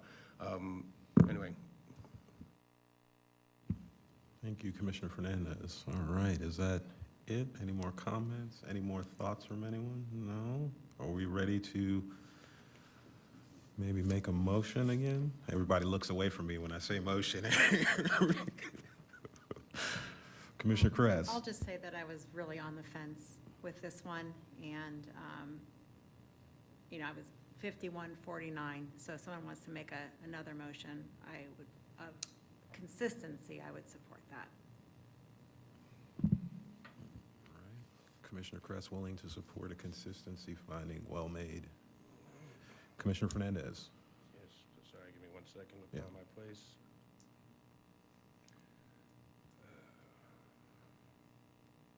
Didn't think we were gonna get here this quick. All right, I'd like to make a motion. We find TACPA 23-03 consistent with the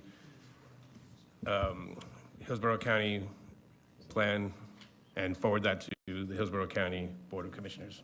Oh, City of Tampa, sorry, to forward that to the City of Tampa Board of Council.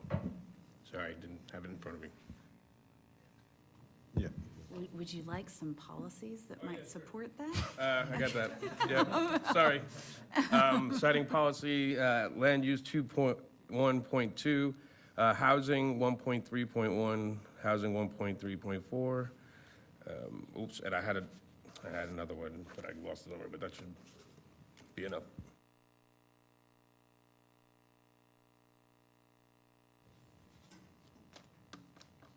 Second, and good catch.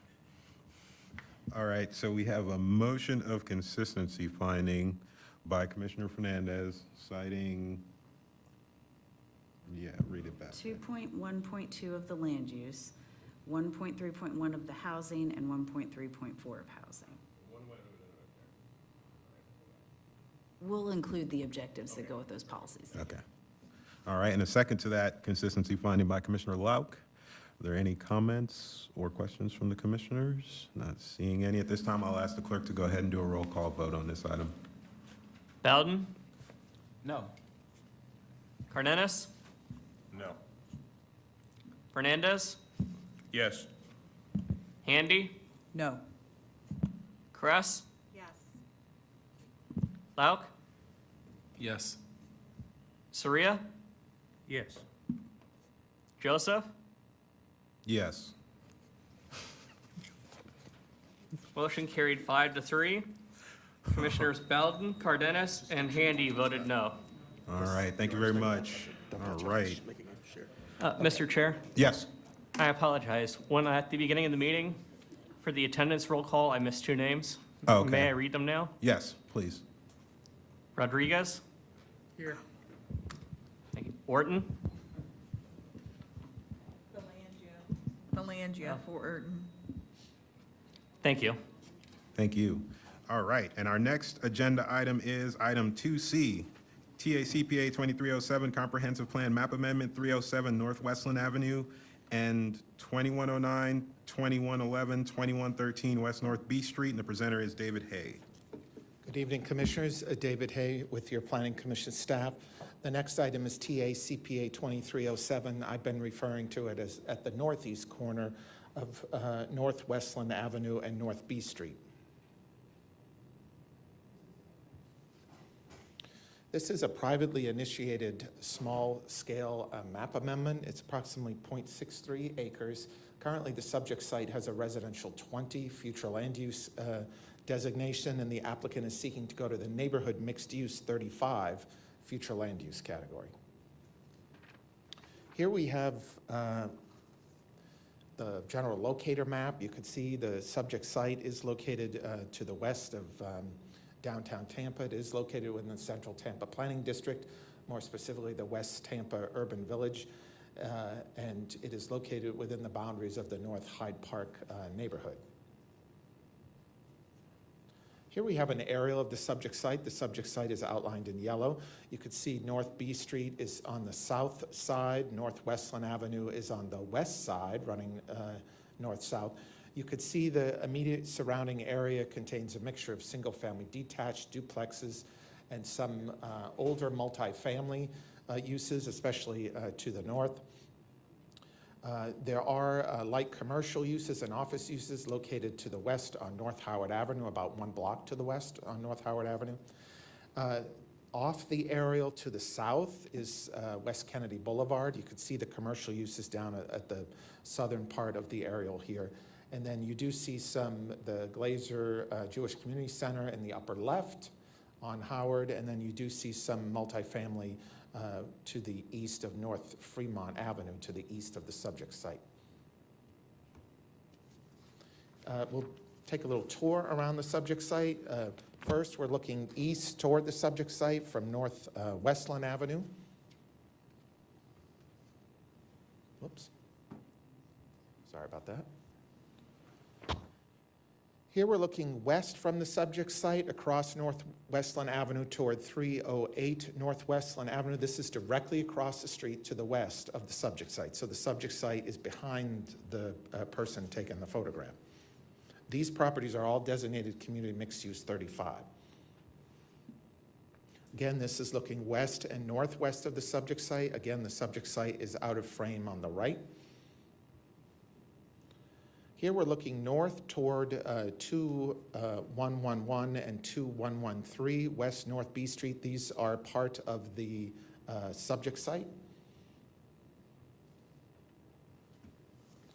And then here we're looking north toward 2115 West North B Street. This is also part of the subject site, and that alley forms the eastern boundary of the subject site. There's additional property behind this house. Here we have the currently adopted future land use map. You could see properties to the north, east, and south within this brown color are all that residential 20 future land use category. Directly to the west, across North Westland Avenue, is that community mixed use 35 future land use category. To the south along Kennedy, it's kind of hard to see, but this is the urban mixed use 60 along Kennedy. This darker brown is the residential 35 that's to the southeast of the subject site, and then to the north in the tan, this is the residential 10 future land use category. And then you see some community commercial 35 in the red, further up Howard, and also some community mixed use 35 along Cass Street to the north. Here we have the proposed future land use map under the request. The subject site would go to that neighborhood mixed use 35 future land use category. So the site under the residential 20 can be considered for up to 12 dwelling units or a maximum of 13,776 square feet of non-residential uses. Commercial and office uses would need to meet locational criteria under the residential 20. Under the neighborhood mixed use 35, that potential goes up to 22 dwelling units or a maximum of 41,164 square feet. The proposed amendment will result in the potential introduction of up to limited commercial general uses. Some commercial general uses can be considered under the neighborhood mixed use 35. Currently under the Res 20, any non-residential is capped at neighborhood commercial. It would also increase the residential and non-residential square footage. It should be noted, as always, we send these out to our partner agencies. There were no objections received by any of the reviewing agencies. It should be noted that the school board did cite that both Wilson Middle and Plant High Schools have been identified as overcapacity at this time. And just a reminder, this is an analysis for adequate facilities only and is not a determination of school concurrency. A school concurrency review will be issued prior to preliminary plat or site plan approval. Your Planning Commission staff reviewed the proposed request and found three main areas of consistency. The proposed neighborhood mixed use 35 is consistent with numerous policies related to the promotion of development at densities that are supportive of transit and walking. There are commercial services and transit located to the south, roughly 3 blocks along West Kennedy Boulevard, and also along North Howard Avenue to the west. The proposed neighborhood mixed use 35 would also allow consideration for a density level that typically produces urban type development, such as vertical mixed use. The proposed request for NMU 35 is also supportive of infill, which allows for the maximization of existing utilities and services. A portion of the site has been vacant for some time, and the proposed neighborhood mixed use 35 category is more in line with the development pattern anticipated on the west side of North Westland Avenue under that community mixed use 35. Finally, the proposed neighborhood mixed use 35 is in accordance with the coastal management policy. It is not located within the coastal high hazard area. It does fall, though, within the coastal planning area. It is consistent with the coastal management policies. The applicant will be required, if deficiency is deemed to exist at the time of development, to mitigate the pro rata cost of hurricane evacuation shelter space in accordance with the local mitigation strategy adopted by Tampa City Council. The request is deemed consistent with coastal management policy 1.2.5. And based on that, your Planning Commission staff does recommend to you this evening that the proposed map amendment be found consistent with the goals, objectives, and policies of the Tampa Comprehensive Plan. That concludes my presentation. I'm available if you have any questions. Does the applicant have a presentation? Yes. Yeah,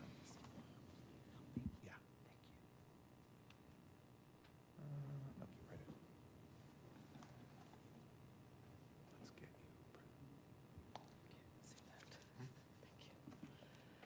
Good evening. Thank you very much. Isabel Albert with HAF. I'm here representing the applicant who is also present.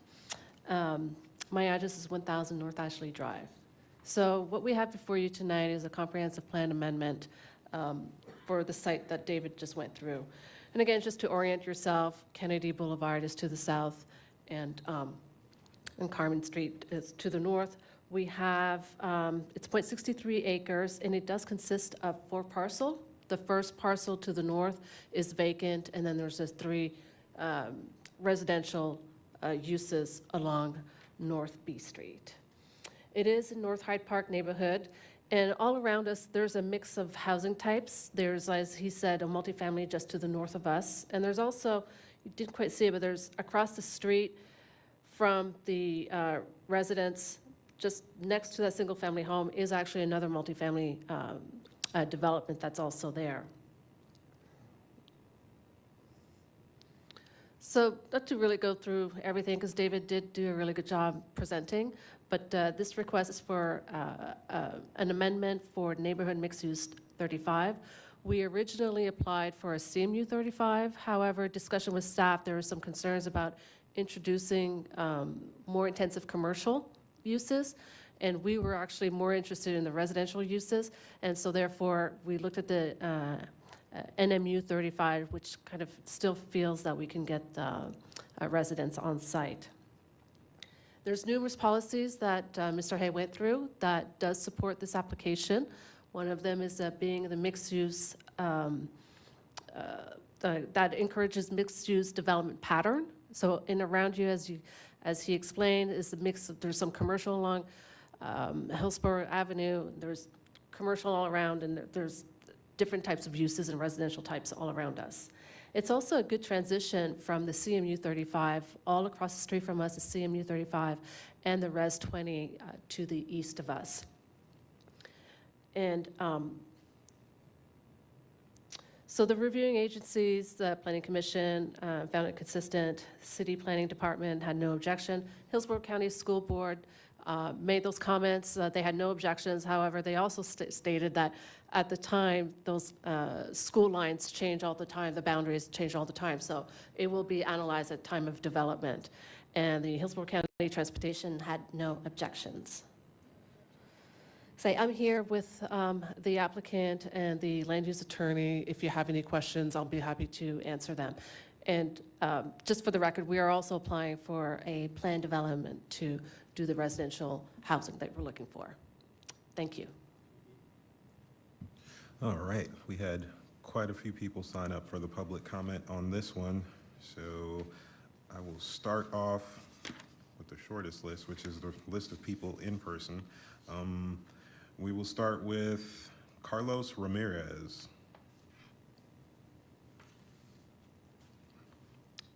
Evening, Commissioners, Mr. Chair. My name is Carlos Ramirez. I am the president of the North Hyde Park Civic Association. I am here representing our board. We are against this change to the comprehensive plan. The West Tampa neighborhood, this West Tampa neighborhood has been around since 1895. For the past 20 years, the single-family residential core has been fighting to remain intact as developers inch their way into the core of our neighborhood. We understand that North Hyde Park is growing and it's changing, and we welcome the change, but we want the change to be responsible and we want it to be smart. We have had a resurgence of families moving back into the area, including young families with kids. And we have seen a lot more pedestrian traffic and kids and bike going to Mitchell, going to Wilson, my son among them. This site, as shown by staff, is surrounded by residential uses. It's also along local streets. The growth in our neighborhood has concentrated on the main collectors like arterials like Cass, Howard, Kennedy, Rome, and Willow. Actually, the future CMA 35 across the street that was mentioned is the block adjacent to Howard Avenue, which makes sense. The R20 that's currently designated in the future land use plan by the adopted future land use plan makes sense, and it limits the height to 3 stories, which is a good transition from the CMU 35 to the single-family homes that are on the other side and all around it. Changing this to NMU 35 would permit an 8-story building, which makes no sense in the middle of residential single-family homes. This is a dangerous precedence for the neighborhood, as it will open the door for much higher density to occur outside of the roads and that can service them. Why would commercial use, which this change would allow, be built on local roads? It makes no sense. The study mentions a couple of FDOT projects along Kennedy, but it does not mention that the median will be closed at Westland and Kennedy and at Albany. Oh, I'm sorry, Westland, Kennedy, and Albany. It will restrict the right outs and lefts in. This means that traffic would use North A and North B until they reach Rome or Willow if they want to go towards downtown. This will create conflicts for the vulnerable users in the neighborhood. A couple of LU policies that we feel it goes against is LU Policy 1.1.1, recognizing the Central Tampa District as a civic and cultural center, building upon the heritage assets found in its diverse neighborhoods. LU Objective 1.2, creating inspired urban design while respecting Tampa's human scale, unique history, aesthetics, natural environments, etc. LU Policy 1.2.3, relate new buildings and developments to the context of the neighborhood and community, context of the neighborhood. LU Policy 1.2.23, continue to require that the scale and massing of new development in mixed-use centers and corridors provide appropriate transitions in building height and bulk that are sensitive to the physical and visual character of adjoining neighborhoods that have lower development intensities and building heights. So respectfully urge you deny this request. Thank you. Thank you. All right. Next up, we have Sandy Sanchez.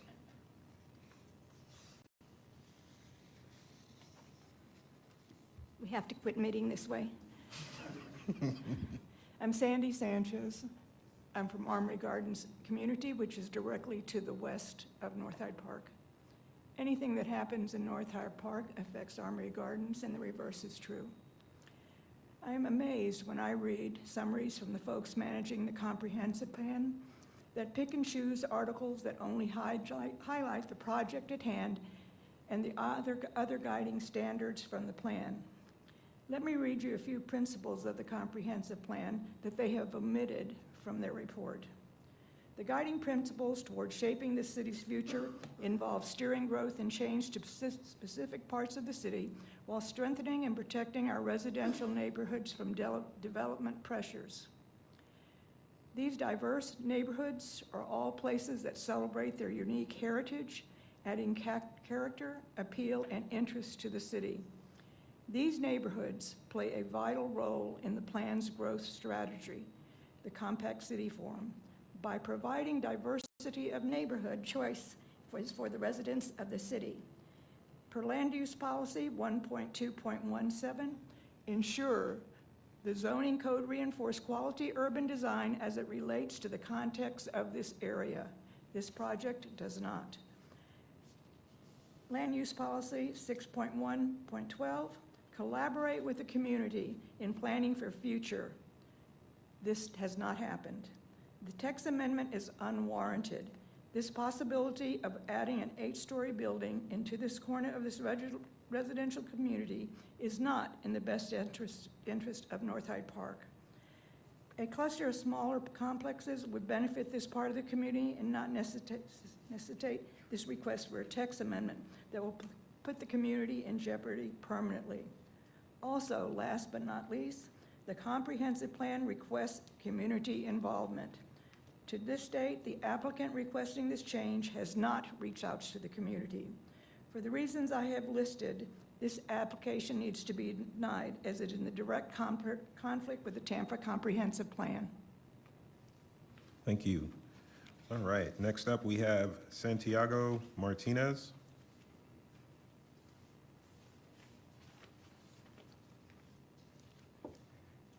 Good evening. Thank you for having me. Santiago Martinez. I actually live in North Hyde Park in the neighborhood or on that city block. So my concerns are for my backyard, strictly. I understand that the infrastructure isn't there. North Westland is still a brick road. So driving through that part of the community with that number of additional residential buildings is going to become even more difficult. Additionally, the stormwater improvement that went along the cast spine line did not go all the way down to that area. So stormwater runoff isn't great in that area. Another concern for us in that neighborhood. And I think finally, my concern with bringing in multiple homes, more multiple homes into the school district, the schools that my children went to, you know, Mitchell, Wilson, Plant, Mitchell and Wilson, or excuse me, Plant and Wilson already beyond capacity. It's just gonna be a detriment to the neighborhood. So for those reasons, I'm here speaking and asking that the amendment be rejected. Thank you. Thank you. All right. Next up, we have Carol Ann Bennett.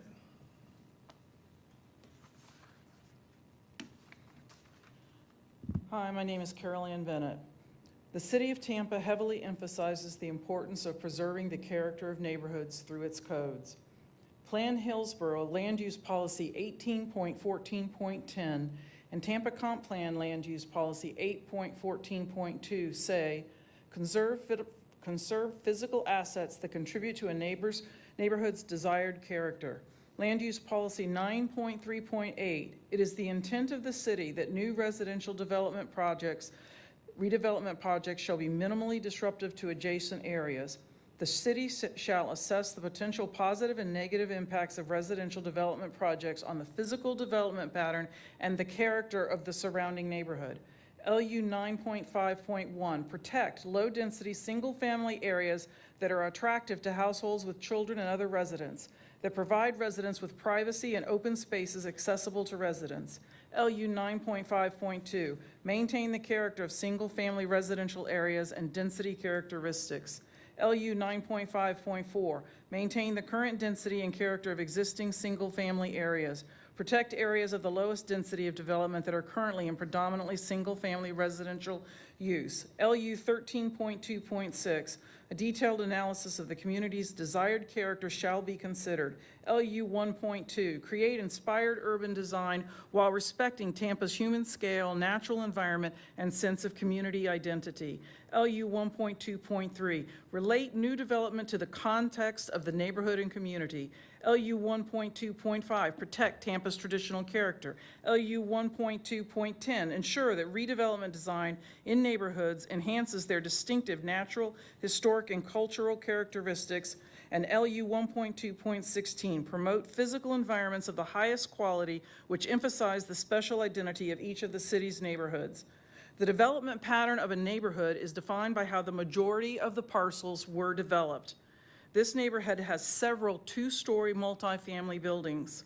The current land use allows up to a three-story multifamily building. That is within the character of this neighborhood. This proposed change would allow an 8-story building that is definitely not the character of this neighborhood. Please vote inconsistent. I'd like to show you some pictures here. I don't know if you can see them, but this is the multifamily units, buildings that are in this neighborhood. Here's a picture of another one. You'll see the single family, but these are the multifamily units that are in this neighborhood. This is the character of the neighborhood, this and single family. The current land use is character of the neighborhood. Please preserve it and honors the comp plan codes. Thank you. Thank you. All right, that was all we had for in-person people, so we will go online now and start off with Edward Grigorovic. I don't know if I pronounced that right. Edward G, if he's online. Or Greg, sorry. Edward G, yeah. That's close enough. All right. I have no comment at this time. Okay, all right. Then we will move right on to Rachel Fox. Is Rachel Fox on the line?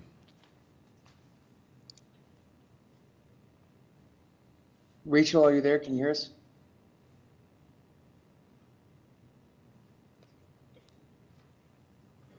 It looks like she's not responding, sir. All right. And we don't have Liz Rodon, you said? Nope. All right, Nicole Leoncinis? Nicole L. Yes, hi. All right. Yes. Good evening. This is Nicole Leoncinis. I live at West North B Street in Rome. I've been in the neighborhood for 7 years, and I am opposed to changing the land use zoning. The reason is that this is right in the middle of a neighborhood, primarily of single-family homes.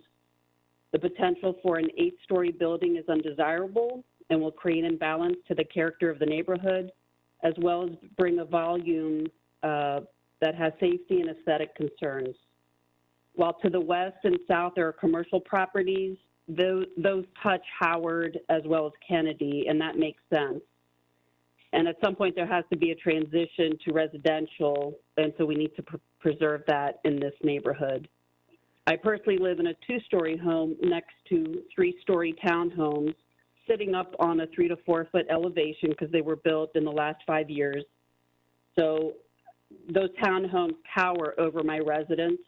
I can't imagine an 8-story structure towering over my home or my neighbor's homes. So I want to close by saying that I am a proponent of smart growth. I appreciate everything that's on Rome Avenue. It's been great. I appreciate the streetlights and sidewalks that come with the new development as well as the new businesses. But this is not smart and sets a terrible precedent. So please do not approve this rezoning. Thank you.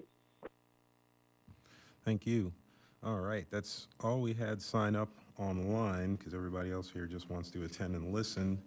So I will, oh, do we have somebody in person here?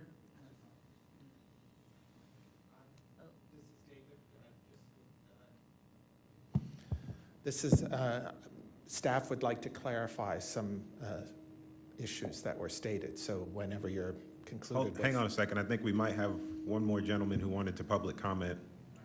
Yes, please come forward. I apologize. My name is Nathan Hagan, and I live in West Riverfront, North Hyde Park on Rome and Cass, and I really look forward to welcoming 10 new families into this neighborhood. There's a lot of discussion about 8 stories. There is 10 additional dwelling units allowed by the structure. So I think that needs to be kept in mind, that if you think about parking, you think about all the actual restrictions that are involved with building housing. I cannot imagine a scenario where this is 8 stories. That would be a real feat in the city of Tampa. I mean, how many 8-story buildings are built on a half-acre lot in Tampa? I don't know of any, really.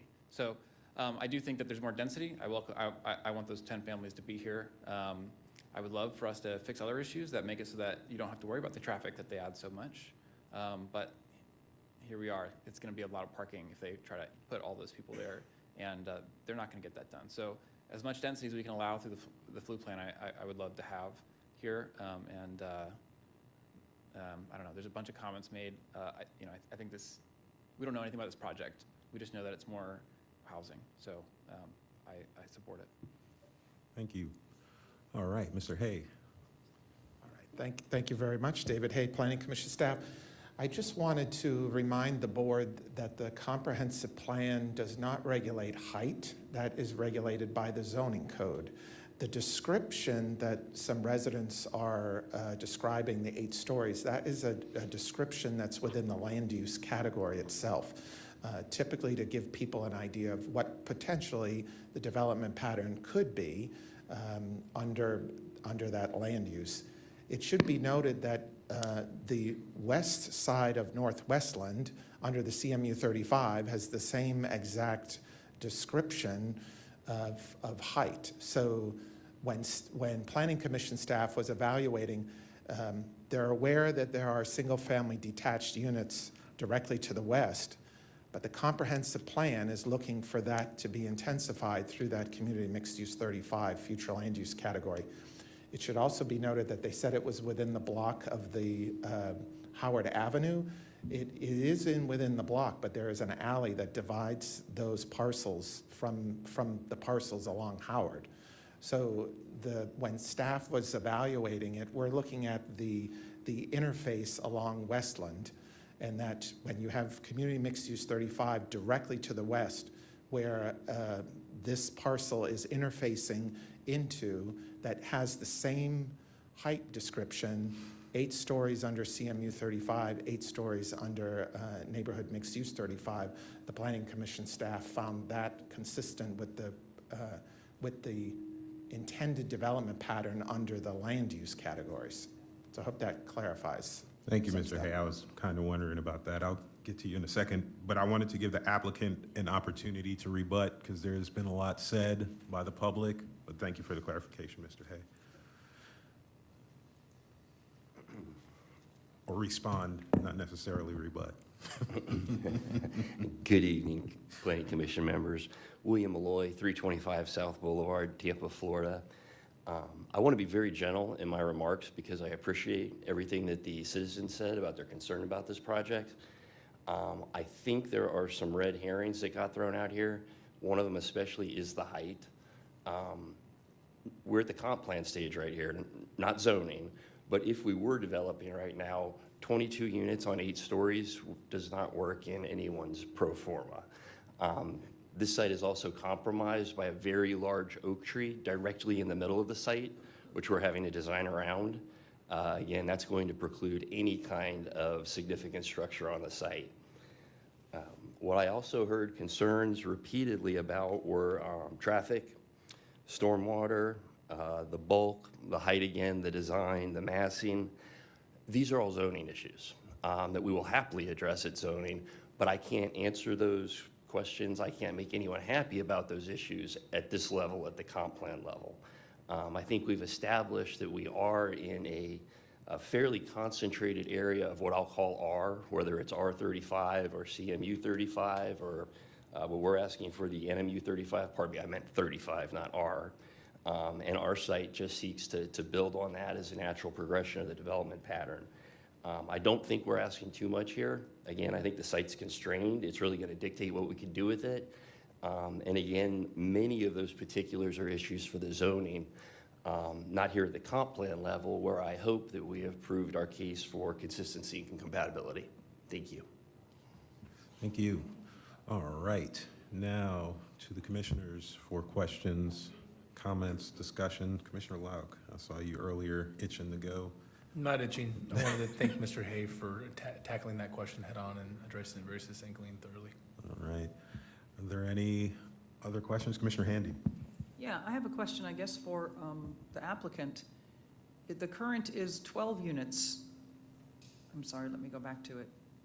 Or you can just help me out and say, right now, it's up to 12 units on this 0.63 acre site. Why, on a constrained site of 0.63 acres with the, I'm assuming that's like a grandfather tree that you're referring to, why is there then, because of the constrained nature, why is there a need to go from the maximum of 12 to the maximum of 22? Or is it more the mixed use? Maybe if either staff or someone could explain that to me a little bit more. Thank you. I'll try and be very careful here. We arrived at the designation we're asking for by basically sort of reverse engineering the site, seeing what made sense on the site, what density we could reasonably attain, and therefore that framed our request. So when we looked at it, 22 actually came out as a number that worked, that can be drawn appropriately with the setbacks, protecting the tree, et cetera. And the 35 per acre validates the 22.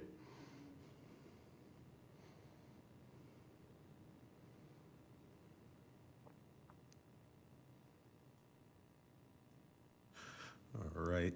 Are there any other questions or points of discussions from the commissioners? I am not seeing much action at this point in time, so I will then go on ahead and close the public comment on this one and open it up to motions from the commissioners on this item.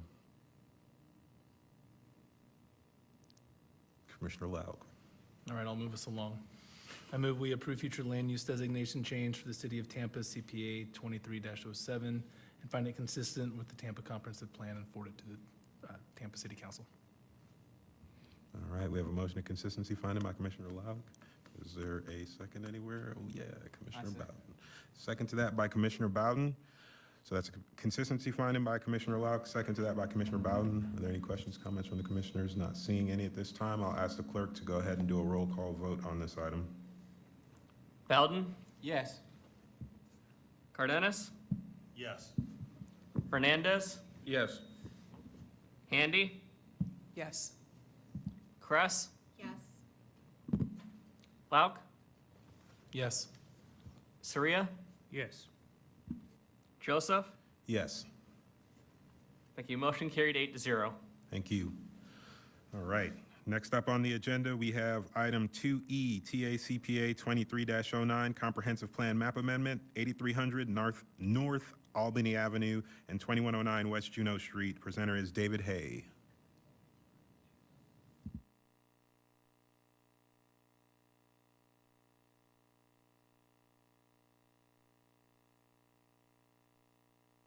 I always forget that. Planning, good evening. David Hay, Planning Commission staff. The next item for your review is TACPA 2309. It is generally located at 8300 North Albany Avenue, 2109 West Juneau Street. This is a privately initiated small-scale map amendment. It's 0.66 acres. Currently, the subject site is designated residential 10, and the applicant is seeking to go to the community commercial 35 future land use category. Here we have the general locator map. It is located within the University Planning District, located within the Armenia Gardens neighborhood. Here we have an aerial of the subject site. It is located south of West Waters Avenue at the northwestern corner of West Juneau Street and North Albany Avenue. There is a single family detached in the surrounding area. Commercial uses are located along West Waters Avenue, and this is a large TECO substation directly to the south of this site. Here we have some photos around the subject site. This is the subject site. You can see they've cleared it. Here is single-family detached uses interfacing the subject site along North Albany Avenue. There's that TECO substation to the site, to the south of the site along West Juneau Street. Here we have the adopted future land use map.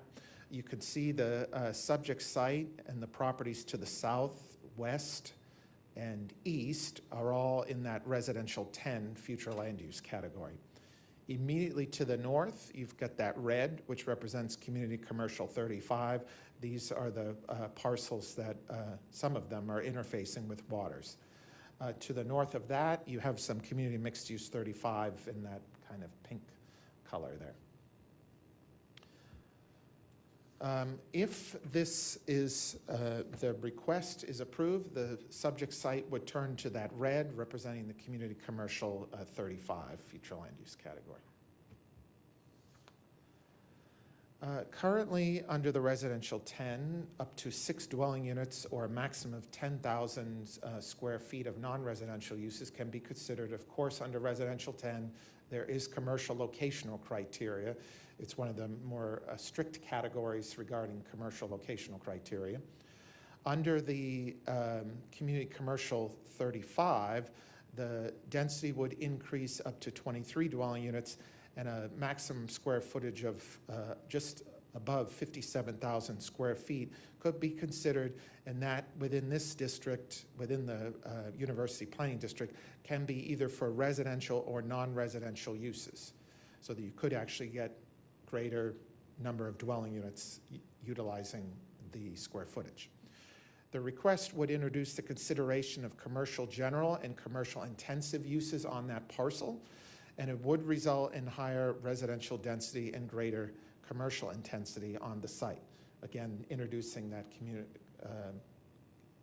commercial intensive and commercial general zoning districts. Your Planning Commission staff reviewed the request for consistency with the comprehensive plan and found that it was inconsistent with numerous objectives and policies. A foundational principle of the Tampa Comprehensive Plan is to protect and maintain the character of existing residential areas. The transition from commercial to residential in this area is immediate. So there's quite a drop-off when you go from that community commercial 35 right to residential 10. It's probably one of the more intensive transitions you find under the future land use category. any introduction of more commercial uses, especially to the south, would be detrimental to the existing residential environment and character that presently exists within the area.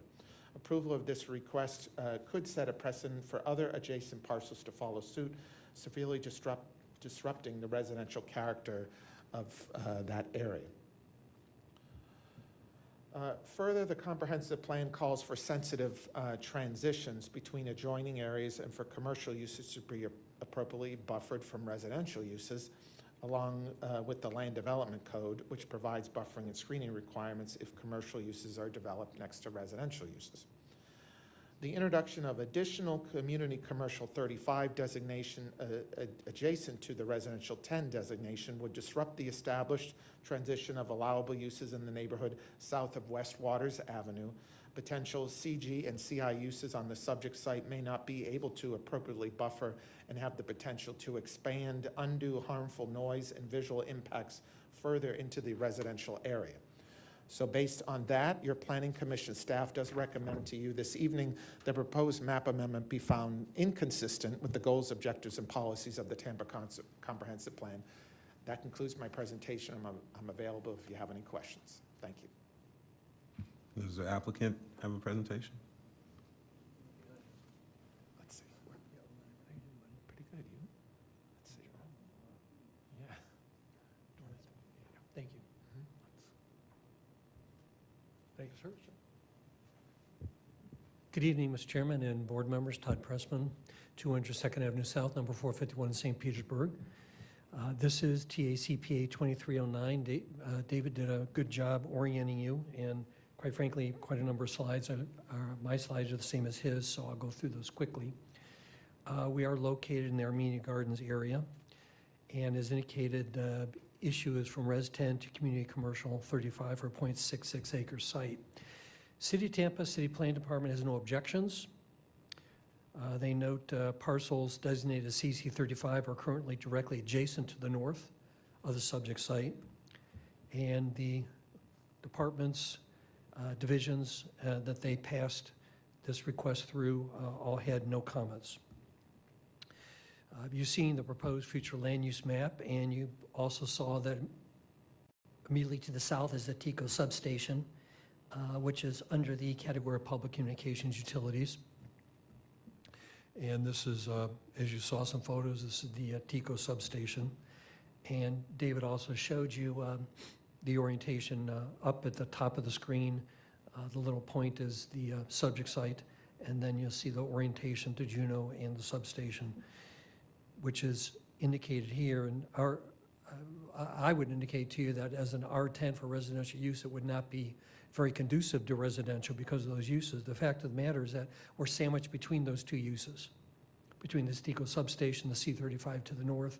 It's a consistency. The transition is between the CC35 and the TECO substation. The CC35, regarding the residential, is already there.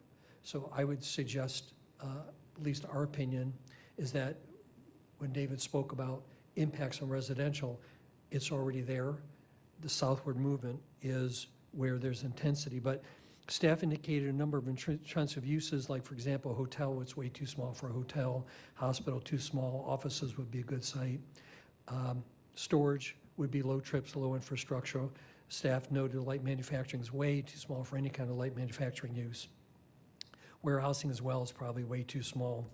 But currently under R10, uses that allowed in the site would include a school, banquet, drugstores, funeral, deli, bars, self-service laundry, restaurant, shopping center, blood and plasma, health practitioners. So they're very intensive uses that are permitted now under the R10. So again, the emphasis being where the existing CC35 is, where the TECO substation is, we're sandwiched between the two. We have sent notices out to 20 people as required. I checked with staff just a day or two ago. There were no objections. I don't know if anyone's here this evening, but as far as we're aware, there have not been any complaints or concerns raised on the record. Happy to answer any questions, Mr. Chairman or board members, you may have. Thank you, sir. We didn't have anyone sign up in the public comment for this item, so we will turn it over to the commissioners for discussions and questions on this one.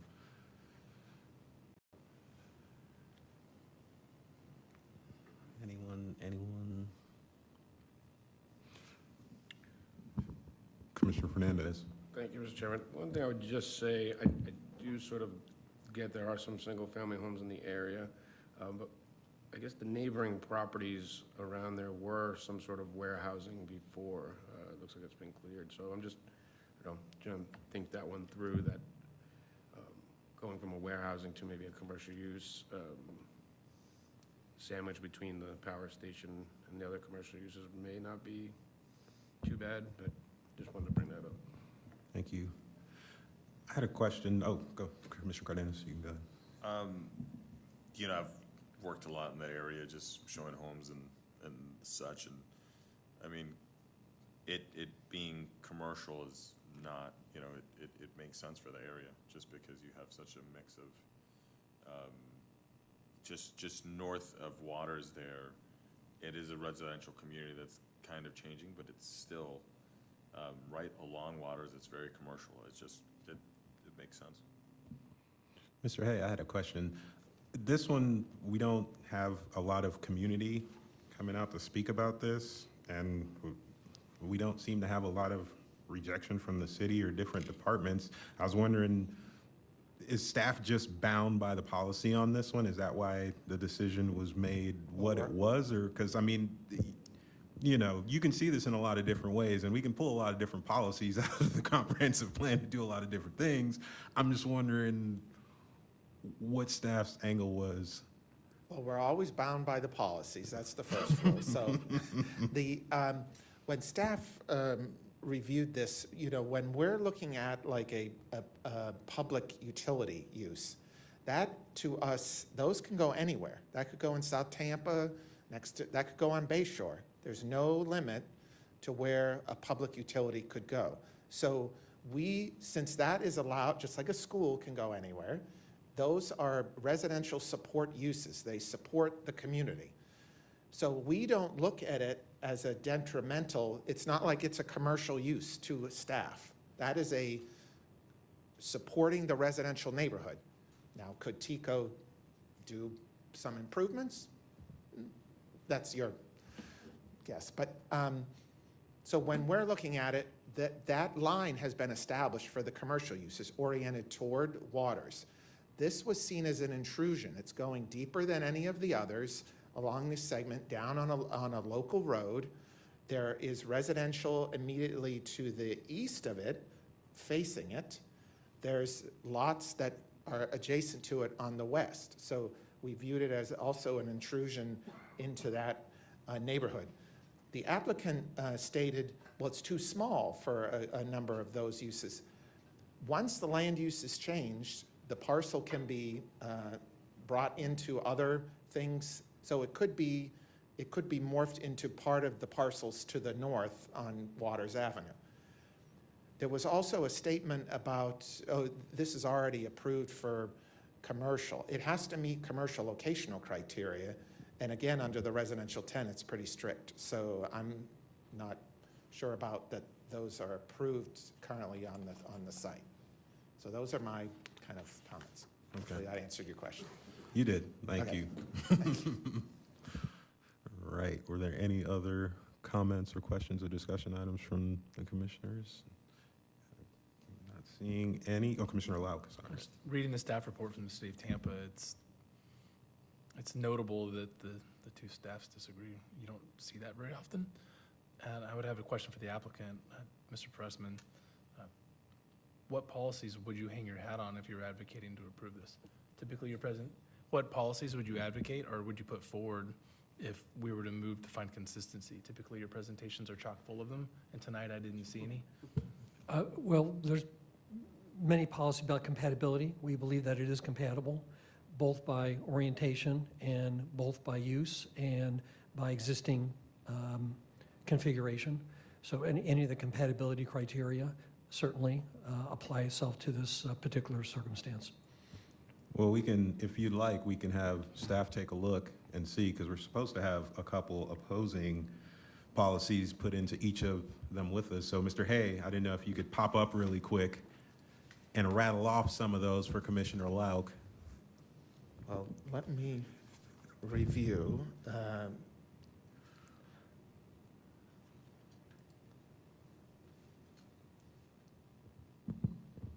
Ms. Ordonez. I can suggest Okay, good. perhaps the policies about, oh shoot.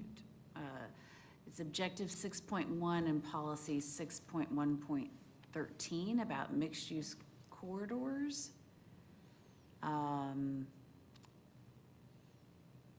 Policy, oh wait, where did it go?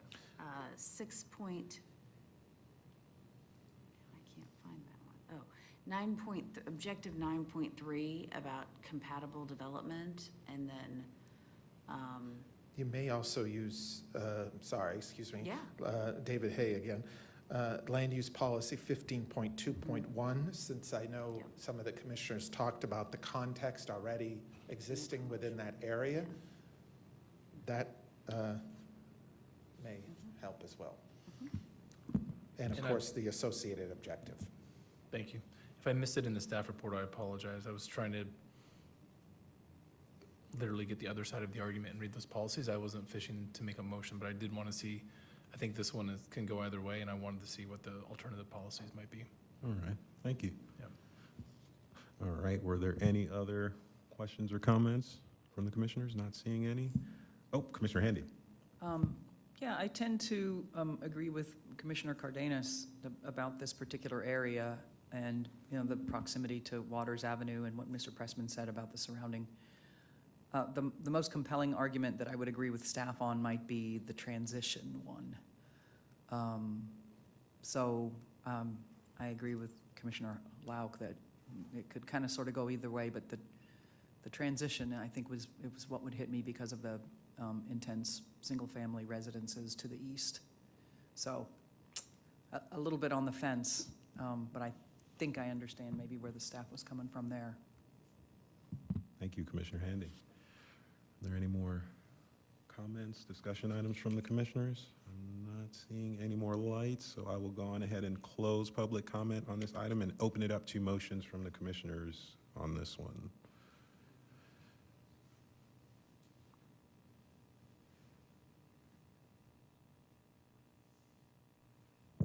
Anyone? Commissioner Fernandez. Thank you, Mr. Chairman. I'd like to make a motion to find the proposed future land use for the City of Tampa CPA 23-9 from residential 10 to community commercial 35, consistent with the Tampa Comprehensive Plan, and forward this recommendation to the Tampa City Council.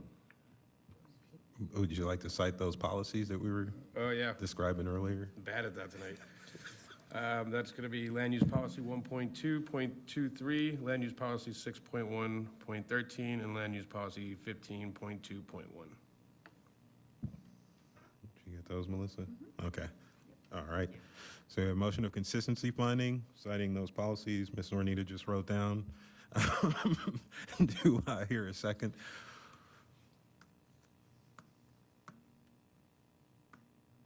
Kind of quiet. Second. All right. Second by Commissioner Cardenas. Is there any more discussion, comments? Again, that was a consistency finding by Commissioner Fernandez, citing 1.2.3, 6.1, and 15.2.1, seconded by Commissioner Cardenas.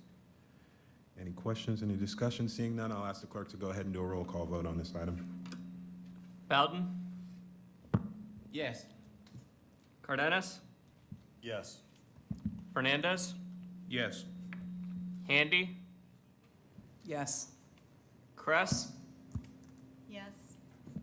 Lauk? Yes. Saria? No. Joseph? Yes. Motion carried 7-1. Commissioner Saria voted no. All right, thank you very much. Thank you for the information. Next up, item 2F, TA CPA 2310 Comprehensive Plan Text Amendment, CBD Periphery Bonus Channel District, and the presenter is Danny Collins. Good evening, Danny Collins again with your Planning Commission staff. This is TA CPA 2310. It's a comprehensive plan text amendment related to the the Central Business District Periphery Bonus within the Channel District. Just a quick background, this is a privately initiated amendment. It seeks changes to the CBD Periphery Bonus only within the Channel District.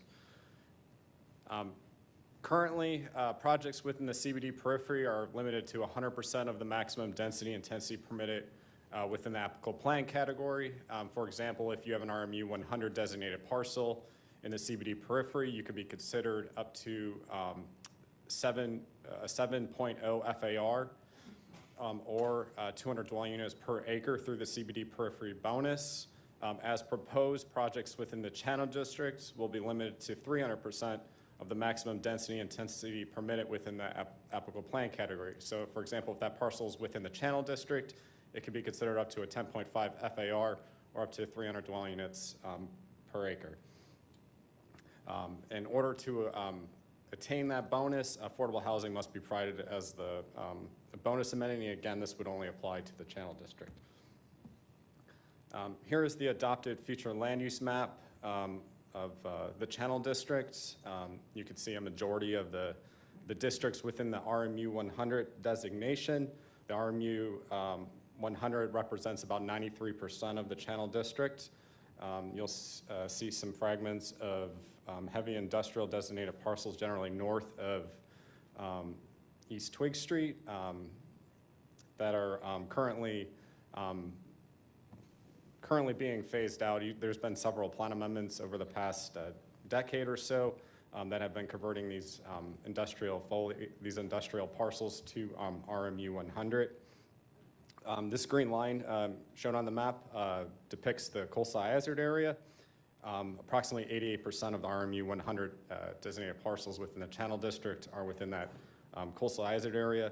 The channel district is directly adjacent to the central business district to the west. And then to the north, you have some RMU 100 just outside the district, as well as some light industrial. And then you have Adamo Drive to the north. Planning Commission staff sent this out to our partner reviewing agencies. We received no objections from the City of Tampa staff. However, I do want to point you to some comments provided by the city's emergency coordinator on page 23 through 26 of the report.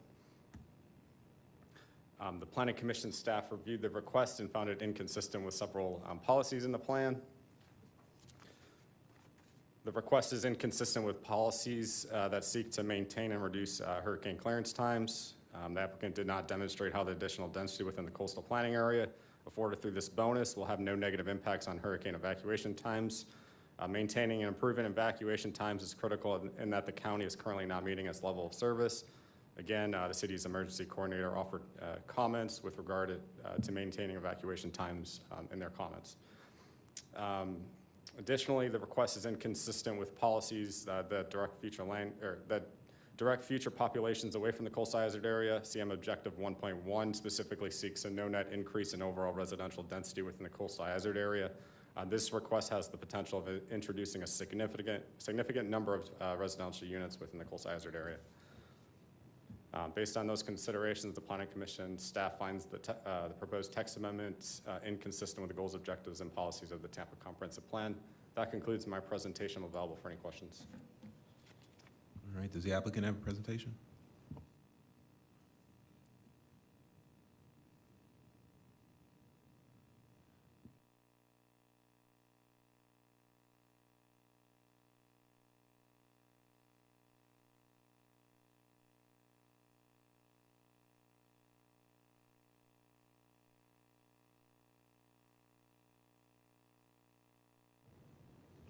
Good evening, Commissioners. My name is Tyler Hudson. My address is 400 North Ashley Drive.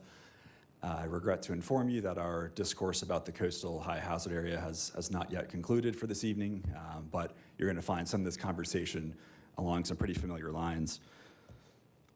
So we're here because we're asking that only in the Channel District should developers be able to increase the maximum density, should we increase the maximum density that developers can build up to, only if they provide affordable housing as the required amenity under the City of Tampa zoning code. I think before we dive into the details on this, typically I have the privilege of being here before you because we're trying to change shapes on a map from gray or red to some purplish color. This is a text amendment. This is a policy change about what residential growth should look like in the Channel District.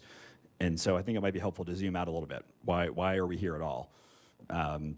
90 years ago, there was a legal case about the city of Miami, and the Florida Supreme Court said that you can't just make up zoning regulations. They have to be in furtherance of a plan that's, quote, comprehensive in nature. That's where the phrase comprehensive plan comes from. So over the years, that's put into state statute, Chapter 163. Every jurisdiction, every county and municipality in Florida has to have one. You have to have a comprehensive plan, and you have to have your land development regulations be consistent with that plan.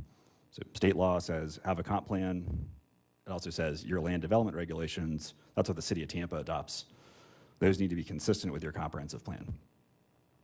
Sometimes the changes you make here, for example, the mobility section that you all approved earlier today, that's going to have an impact on land development regulations, parking requirements, things of that nature. Sometimes, and as we'll talk about for this application, it's actually land development regulations that the good folks of the Tampa City Council pass that should, I believe, cause this commission to revisit some of its policies in the comprehensive plan. What we're talking about specifically is the CBD periphery bonus that the comprehensive plan provides for projects that are within the yellow boundary you can see on screen. That encompasses the Channel District, sort of the southern portion of Tampa Heights, portions of Ybor City, and a little bit of the area referred to as Grand Central, sort of near the Mise en Place area, and really the edge of North Hyde Park near University of Tampa. To be eligible for that bonus, as Danny alluded to go from your 3.5 FAR to your 7.0 FAR, you have to provide bonus amenities. And again, that's in the zoning code. That's in section 27-140 of the bonus code. There are a few different options. It's kind of like a menu, things that you can do to get that bonus amenity, because there's a spreadsheet that says you're going to owe this amount of money, and you got to spend it on these things: LEED certification, streetscaping, transit subsidies, and one item you can provide is affordable housing. If, and this is critical, if you provide affordable housing, it doesn't matter whether you owe $5 in bonus or $10 million in bonus, you're able to get the bonus if you provide that affordable housing. And part of that is because it can be challenging to quantify that. So let's talk about what's happened with affordable housing in the Channel District. This is a sample project. This is not a real project, but it's just 1 acre in size that wants to go from a 3.5 FAR to a 7.0 FAR. About 9 months ago, you would pay about $3 million. That's an awful lot of LEED certification. That's an awful lot of streetscape improvements. You're not going to get to that number. And that's why it was very easy for many of the clients that I'm fortunate enough to work with to recommend do affordable housing, because you're going to hit the number, and it's consistent with a lot of goals that not just the legislators want, but with the goals of this comp plan. That's how much it costs now. It was 2.9, now it's 295,000. The reason for that is because the city council changed the bonus code just for the Channel District to say, to reduce the amount that is owed by 90%. Now, I don't think that was malicious in any way. I think it was an inadvertent outcome of thinking, well, there's enough dog parks in Channelside, there's really nothing more to spend these bonus amenities on. But what that had is an inadvertent consequence of significantly disincentivizing the provision of affordable housing in the Channel District for this bonus density. So what we are proposing to do is say that right now, you have a 3.5 for free. You can go to a 7.0 if you pay what is now a much more nominal sum, in which, given capital markets, insurance costs, it is much easier to just cut the city a check. To restore that incentive for affordable housing, we are proposing that just developments in the Channel District that provide affordable housing can go to a 10.5 FAR. And my colleague Alex Shaler is going to walk through some of the comprehensive plan policies that we think stand in strong support of this, and how this policy has been used before that 90% discount on bonus density.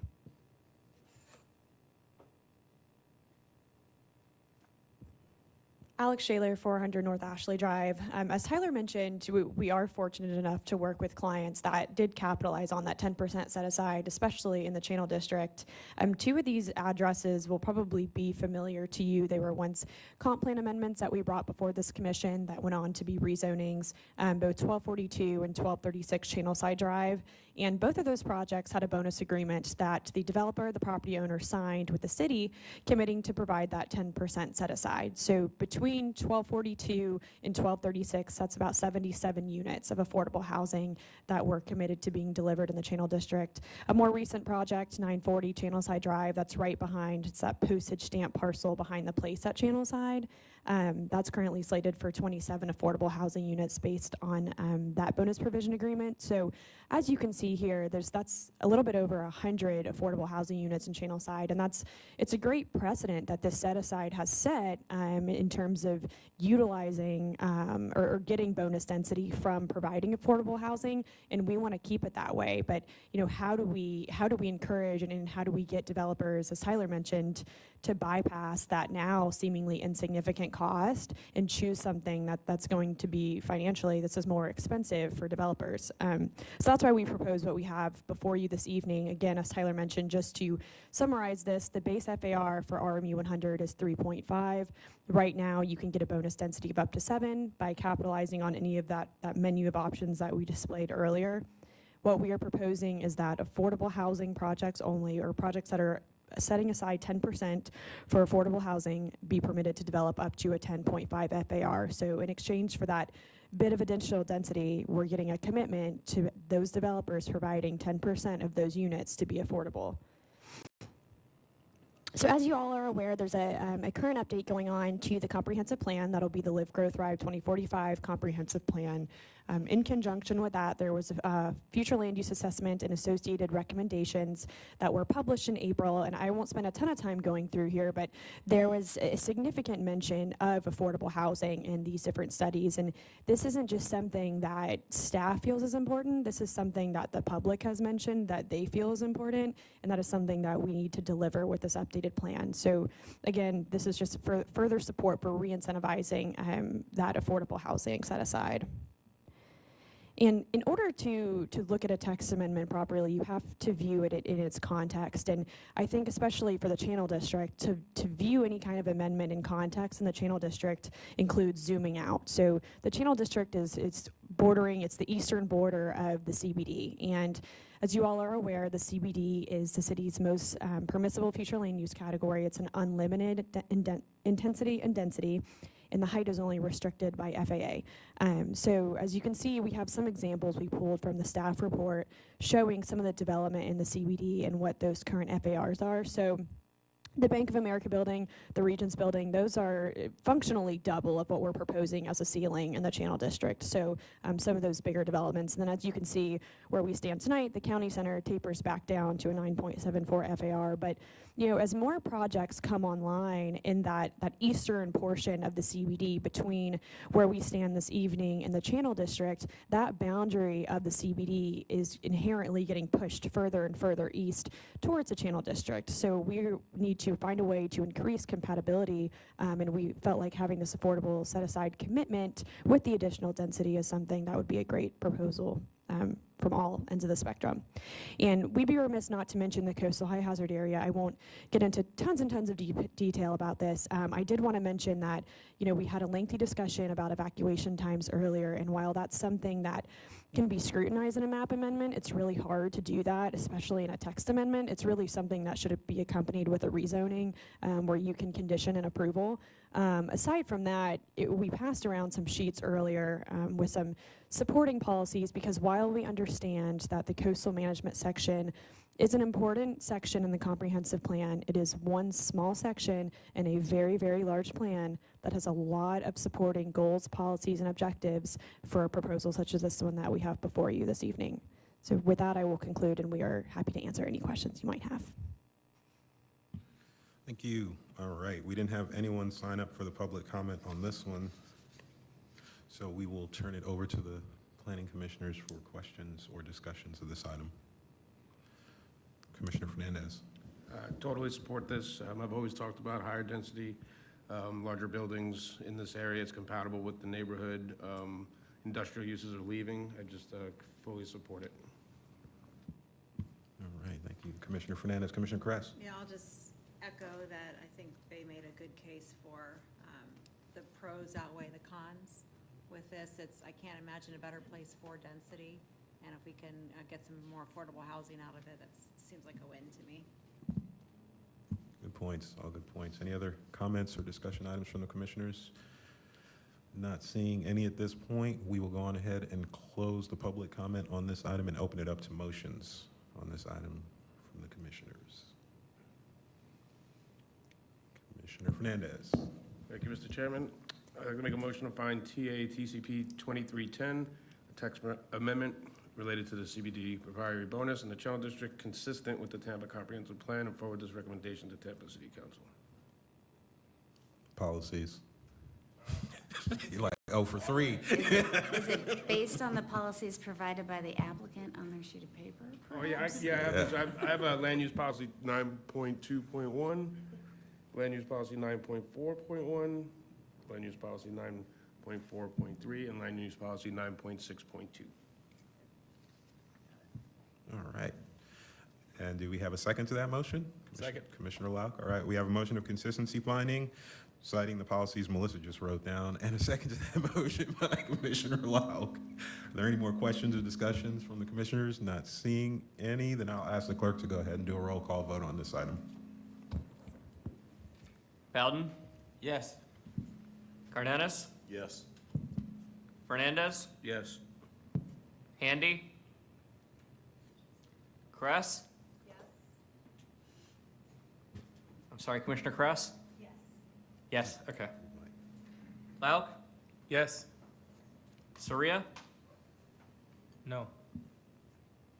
Joseph? Yes.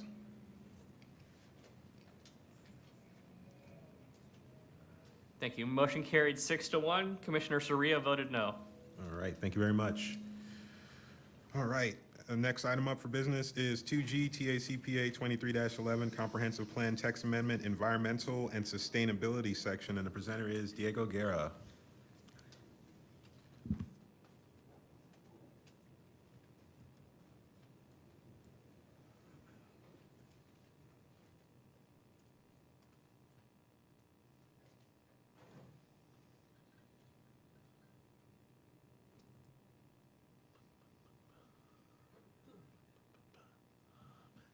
All right. Good evening, ladies and gentlemen. Diego Guerra, Planning Commission staff.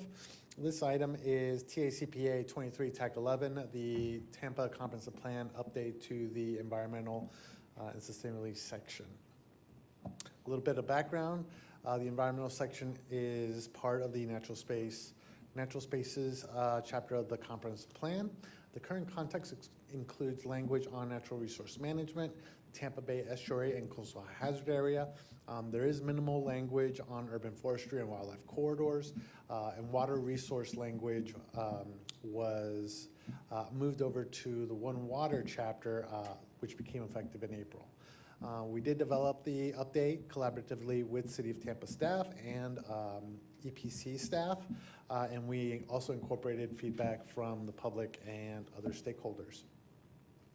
In terms of what's been updated, overall we have retained the important components of the existing plan. We've updated, modernized the language in these components.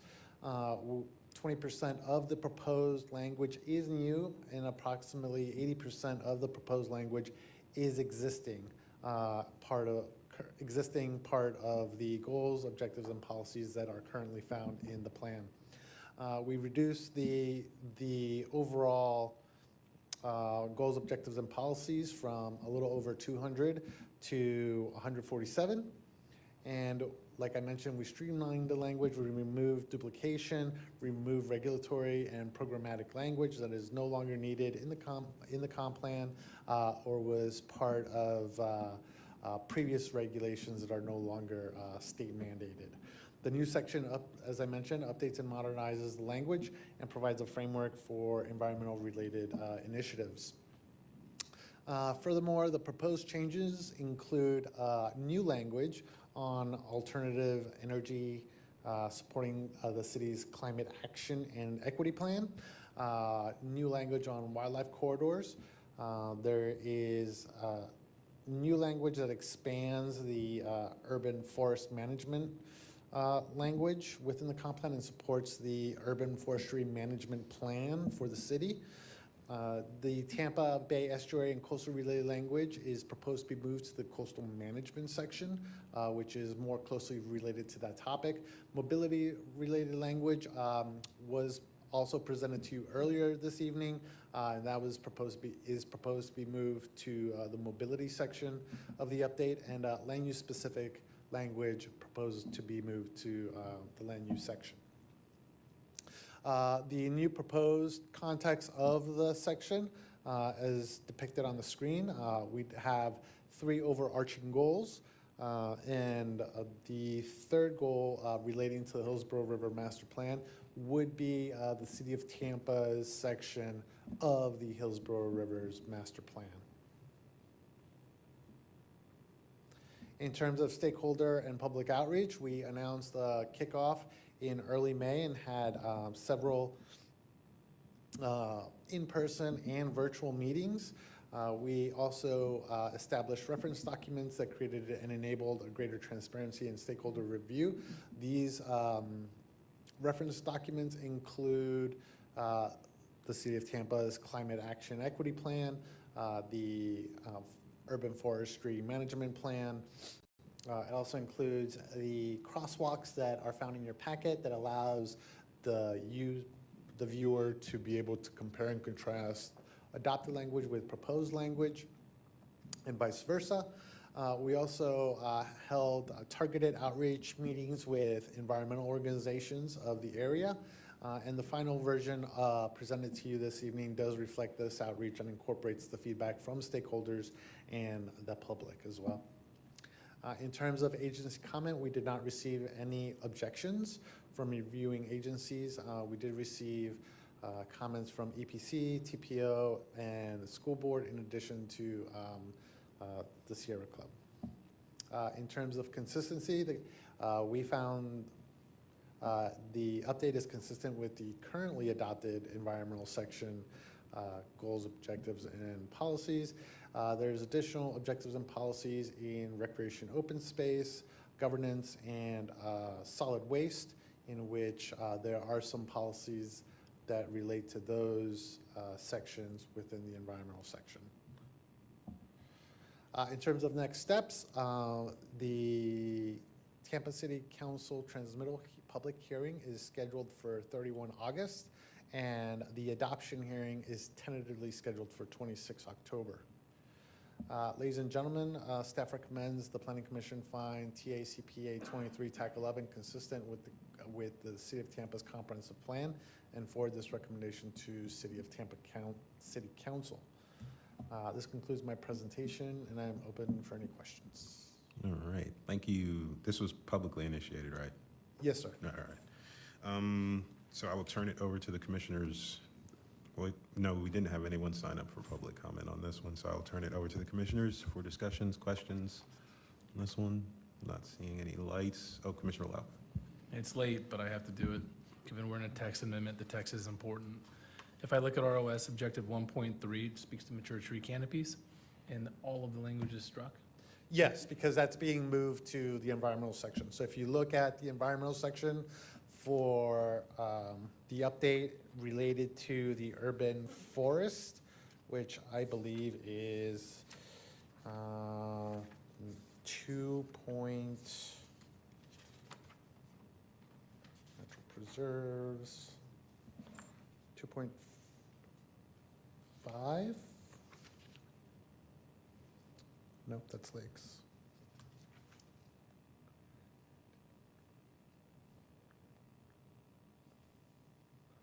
That's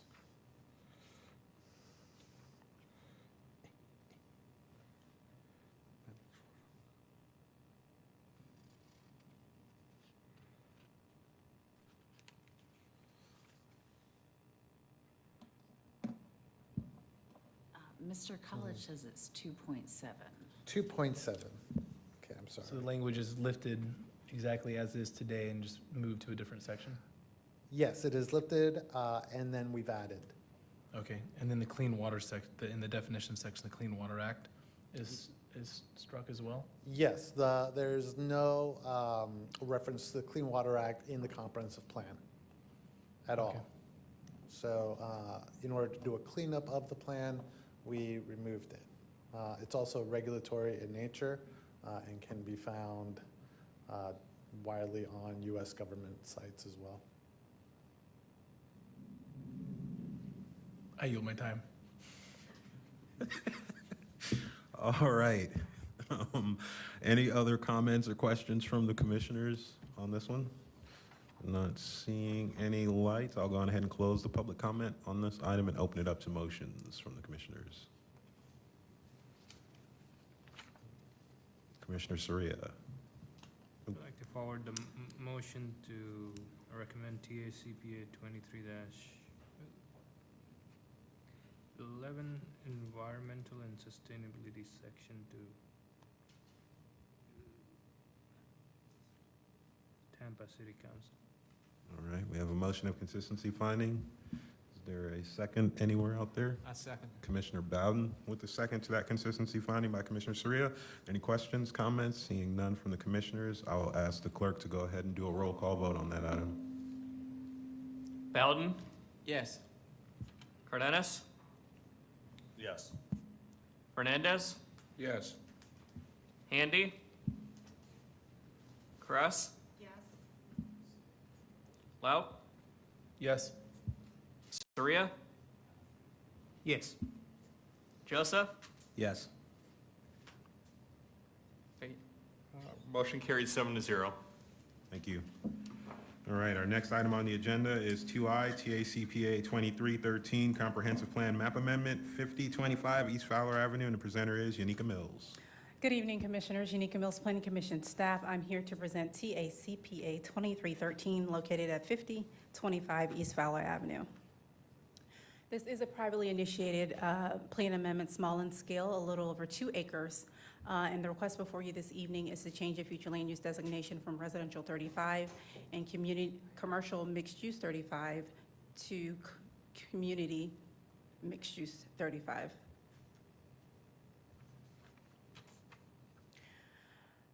Here is the general location map. The site is located within the University Planning District as well as the Terrace Park neighborhood.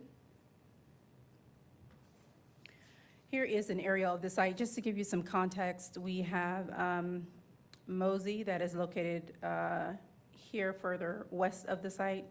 Again, Fowler Avenue abuts the site along the northern boundary. 51st abuts the site along the eastern boundary.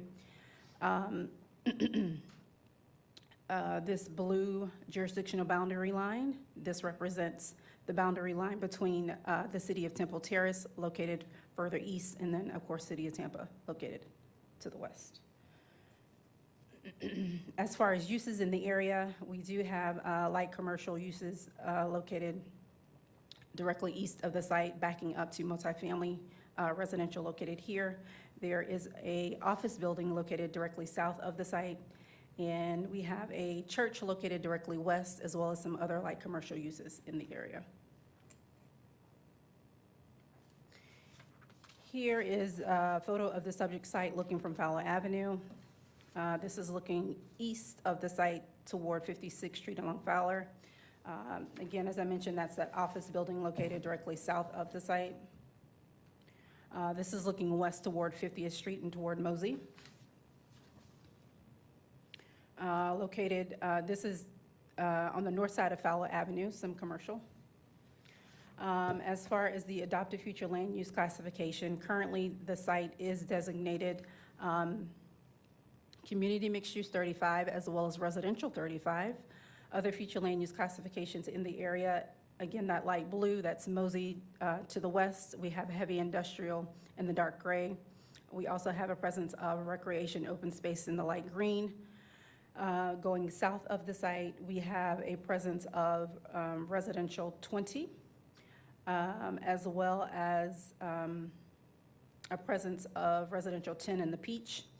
Again, the jurisdiction of Temple Terrace is located further east. We have commercial in the red.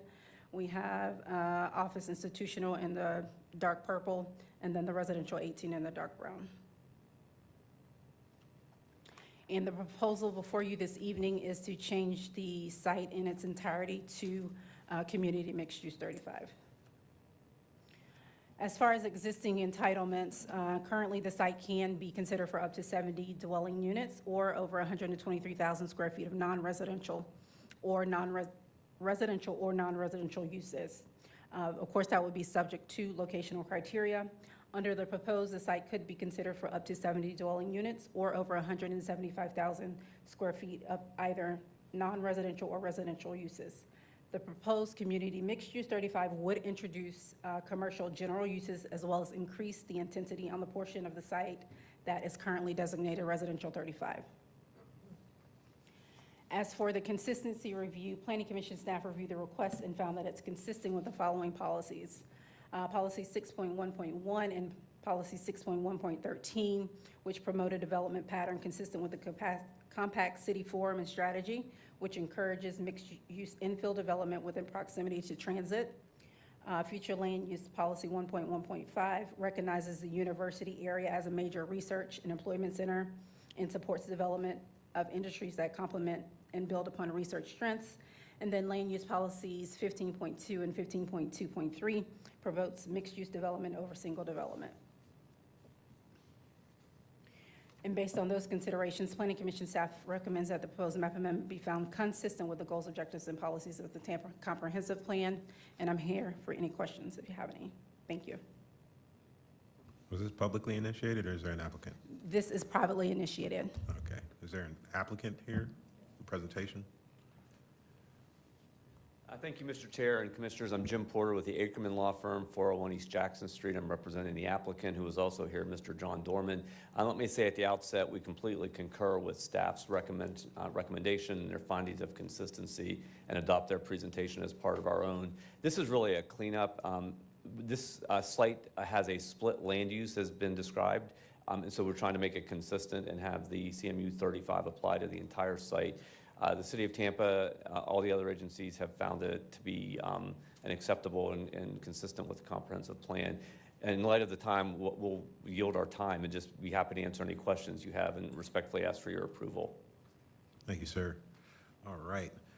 There was no one signed up in the public comment for this one, so I will turn it over to commissioners for questions, comments, discussion items.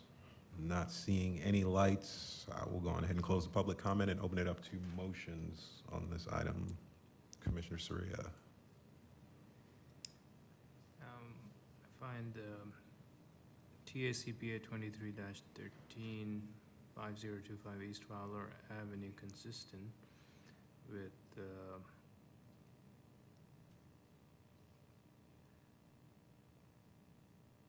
the Tampa Comprehensive Plan and forward this recommendation to Tampa City Council. Thank you. I hear a second. Second. All right. A motion of consistency finding by Commissioner Soria, a second by Commissioner Lauk. Are there any comments, questions from the commissioners? Not seeing any at this time. I'll ask the clerk to go ahead and do a roll call vote on this item. Bowden? Yes. Cardenas? No. Fernandez? Yes. Handy? Kress? Yes. Lauk? Yes. Soria? Yes. Joseph? Yes. Thank you. Motion carried 6-1. Commissioner Cardenas voted no. Thank you. All right, next up, we have item 2J, TACPA 2314, Comprehensive Plan Map Amendment, multiple folios south of the intersection of East Fowler Avenue and North Central Avenue, and the presenter is Emily Phelan. Emily Phelan, Planning Commission staff. This is TACPA 2314. It is privately initiated, small scale, approximately 4.78 acres, and the request is to go from residential 10 and community mixed use 35 to community commercial 35. It is located within the University Planning District in the East Forest Hills neighborhood. This is an aerial of the subject site. It is outlined in pink. And to the north as well as the west, along North Florida Avenue and East Fowler Avenue, is where you have more of the heavier commercial and light commercial uses. Directly adjacent to the site on the west, right here, this is an FDOT stormwater retention pond. Further to the south and across the interstate is residential, and further south of this is multifamily uses as well. This is facing north on North Central Avenue. Looking at the subject site, is located on the left. This is the surrounding area facing west on North Central Avenue. This is facing south on North Central Avenue. Part of the subject site is on the right. The rest of it is behind in the background. This is the adopted future land use map. You can see the subject site is outlined here. It's represented mostly by the community mixed use 35, as the residential 10 is right here on the boundary. And again, further north and west of the subject site along North Florida Avenue and East Fowler Avenue, you see the CC 35 designation. That's where the heavier commercial uses are. And the residential 10 is that single family neighborhood. This is the subject site represented by the community commercial 35. I did want to mention too that this blue jurisdictional line is the boundary between the city of Tampa to the south and Hillsborough County to the north.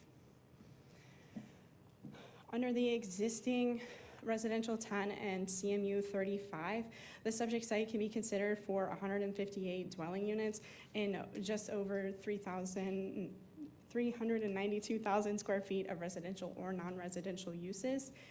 And with the change to the community commercial 35 designation, it would allow up to 166 dwelling units or over 416,000 square feet of residential or non-residential uses. With the community commercial 35 designation, it has the potential to introduce commercial intensive uses. The Planning Commission staff reviewed this and found it consistent with multiple aspects of the comprehensive plan. The comprehensive plan has policy direction that seeks to protect existing residential areas while balancing the need for new development to be compatible with the neighborhood character.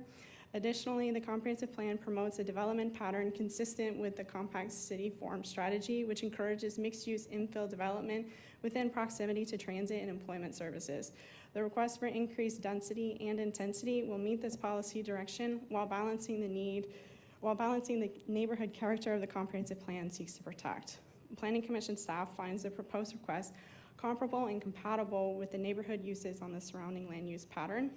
And with those considerations, Planning Commission staff recommends that the proposed map amendment be found consistent with the goals, objectives, and policies of the Tampa Comprehensive Plan. This concludes my presentation. If you have any questions. Thank you. All right, we did have, oh, sorry, is there an applicant? Yes. Yeah. The applicant have a presentation?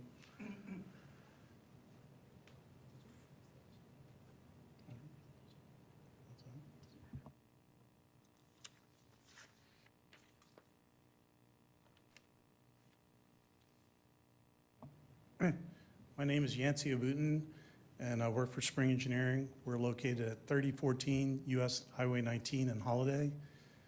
We are the engineer and architect for the Morgan Automotive Group, who is requesting the CMU 35 to CC 35 land use change. What this will allow us to do is expand his business.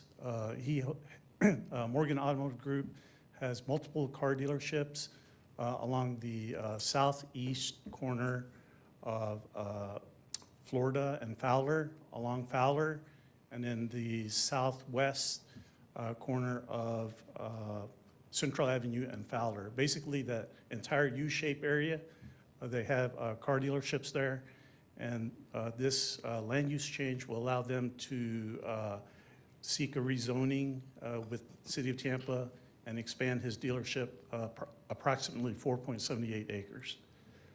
I also have Nick Lingle with Spring Engineering, who is an architect, and the owner's representative here, Travis Santos, and we can try and answer your questions if you have any. And thank you for listening to our case so late in the evening, by the way. Thank you.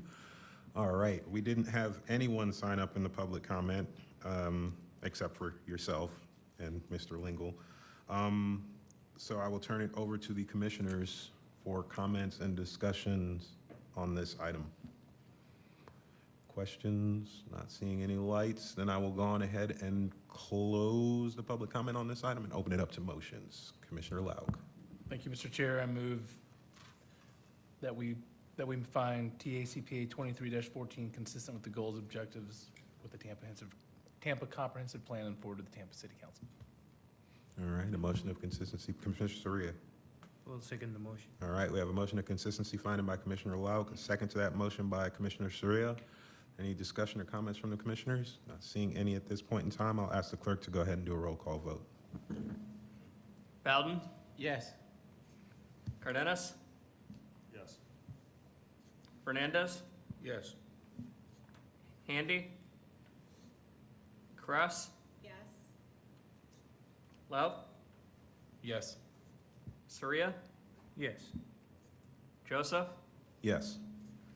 Thank you. Motion carried 7-0. Alrighty, next up, we have item 2K, TACPA 23-15, Comprehensive Plan Text Amendment, Environmental Sensitive Areas, ESA, and the presenter is Danny Collins. Good evening, Danny Collins again with your Planning Commission staff. This is TACPA 2315. It's a comprehensive plan text amendment related to environmental sensitive areas. Just a quick background, this is a privately initiated amendment. It seeks more flexibility for development near ESA lands within the West Shore Planning District. Currently under the adopted policies, projects are eligible for a density or intensity credit if ESA lands exceed 20% of the total project area. As proposed, if 50% or more of a site are deemed wetlands, the applicant will be allowed to weigh the density or intensity throughout the entire site through a plan development zoning district. This amendment would only apply to the West Shore Planning District. Here is a slide showing the conditions to achieve this flexibility. All sites or all portions of the site must be contiguous. The 25% ESA credit that's currently adopted in the plan cannot be clustered from land outside the coastal hazard area to land inside the coastal hazard area. Calculations of density and intensity can only apply to the upland acreage of the site. And the combined total number of dwelling units and or floor area ratio possible under all plan categories within the project will be used as a ceiling. Here is a future land use map of the West Shore Planning District, specifically where ESA lands are present. ESA lands are present in all planning districts besides the University Planning District, but for today, this amendment's specific to the West Shore Planning District. The ESA lands are shown in this teal color. It's primarily found along the coastlines of Old Tampa Bay, generally north of Howard Franklin, or the Howard Franklin Bridge, and south of the West Courtney Campbell Causeway. You'll see ESA lands primarily abut light industrial, public, semi-public, and community commercial 35 designated parcels within the district. As we move west along Rocky Point, there are some ESA lands shown here on the map adjacent to UMU 60 designated parcels and community mixed use 35 designated parcels. So this map should give you a better idea of where the ESA lands are and where this flexibility would apply. I do want to mention, I forgot to mention it earlier, the applicant has submitted a revised language as an addendum. It should have been, I think it was emailed to you on Friday. The revised language is based on feedback from the City of Tampa's legal department and clarifies the language originally proposed by the applicant. The Planning Commission staff reviewed the revised language and determined that the revisions do not substantially change the policy directions of the text. And then also, there were some comments that were provided in your packet from EPC. Overall, they had no objections, and the applicant has addressed EPC's comments. The Planning Commission staff reviewed the request and found it consistent with several policies of the comprehensive plan. The request is consistent with policies that seek to protect and preserve ESA lands. The request will allow greater flexibility to develop a site and minimize a development's impact on environmental sensitive areas. Additionally, land use policy 1.2.5 seeks to provide techniques such as clustering to protect environmental sensitive areas, and that is what is being proposed today. The request is consistent with policies that seek to direct future populations away from the coastal hazard area.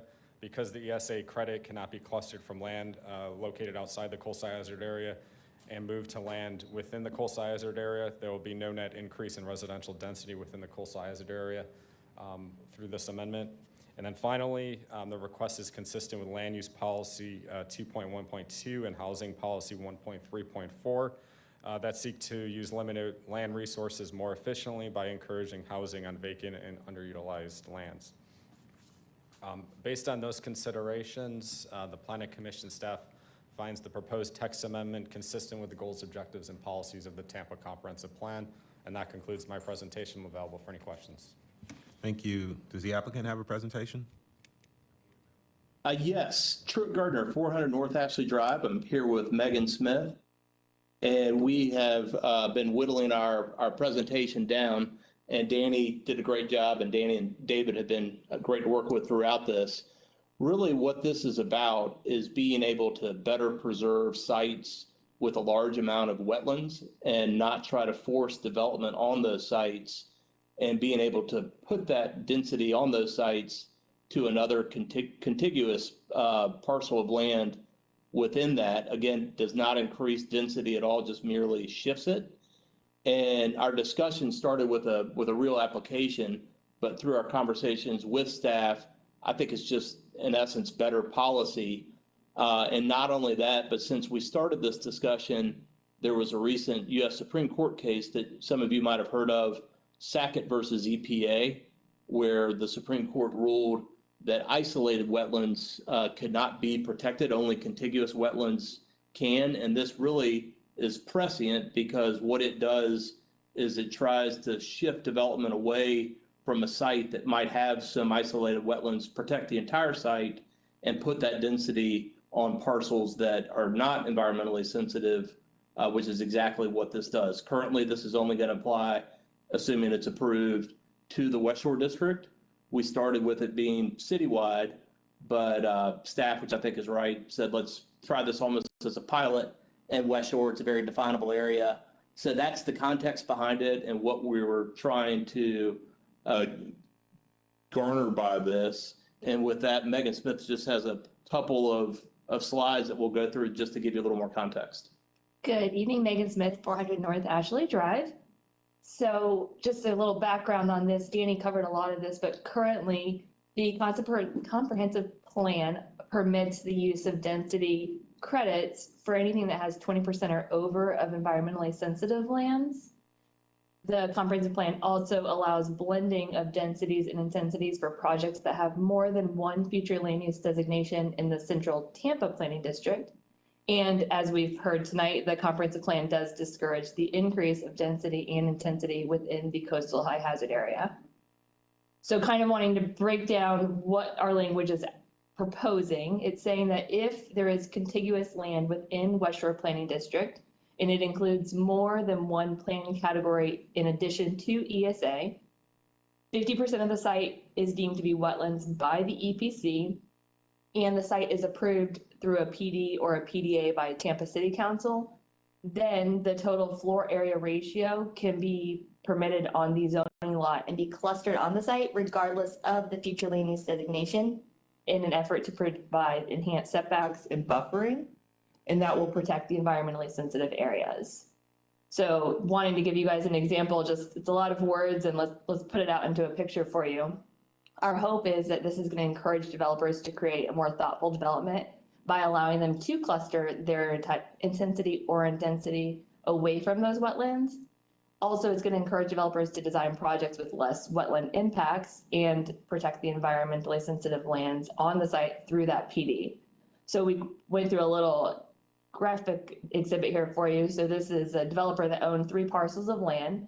Parcel 1 is showing wetlands in green and UMU 6D in purple. And as you can see, there is a small amount of uplands and then a large amount of wetlands on site. And in our example, the developer also has 2 more parcels contiguous that have CMU 35 and are all uplands. So if the developer went to develop this today, since the density cannot be relocated from the wetlands, they would have to build 10,000 square feet within the purple areas, upland shown on site, and keep it within that area.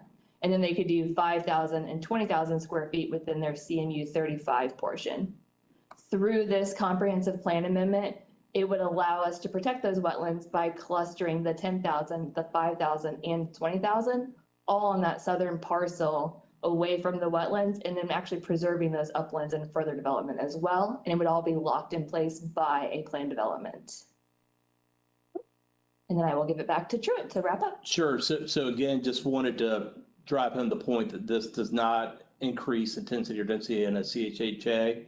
And then also the only way that you would be able to avail yourself of this is through a PD or a PDA. So good protections in place as well. So happy to answer any questions, and thanks for indulging us this evening. Thank you. All right, we didn't have anyone sign up in the public comment for this item, so I will turn it over to the commissioners for questions or discussion items. And I'm not seeing lights, so I will close the public comment and open it up to motion. Oh, was that a comment? All right, Commissioner Lauk. Did staff look at how many parcels this will potentially impact? Either City of Tampa or ours? Danny Collins with your Planning Commission staff. We looked at that map and all Bring it up again. He was out of the room at the time. He had stepped out to use the restroom, so. Well, I specifically remember the map going up and you walking by me as he put the map up, so that's. I did it on purpose to prolong the meeting. The map's also in your packet, but I could show it. Pull it up real quick. I don't need to see the map, I just want the number. Oh, I don't know the number offhand, but you can see all the sites that are adjacent to the ESA lands. Those parcels would apply, or those areas would apply. Do we know percent of the district it may impact? If we're going to use this as the pilot program or the pilot area, I believe, well, this is a privately initiated amendment. This is, I believe ESA lands are less than 1% of the district, so it's very small, and it's concentrated along the coastlines of the district. Okay. 1%'s good. All right, are there any other comments or questions from the commissioners? Not seeing any. I will close public comment and open it up to motions on this one from the commissioners. Commissioner Fernandez.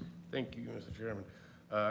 Make a motion to find TACPA 23-15 consistent with the Tampa Comprehensive Plan and forward this recommendation to the Tampa City Council.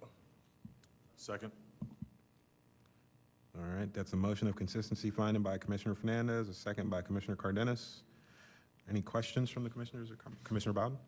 No, okay. And then I will ask the clerk to go ahead and do a roll call vote on this item. Bowden? Yes.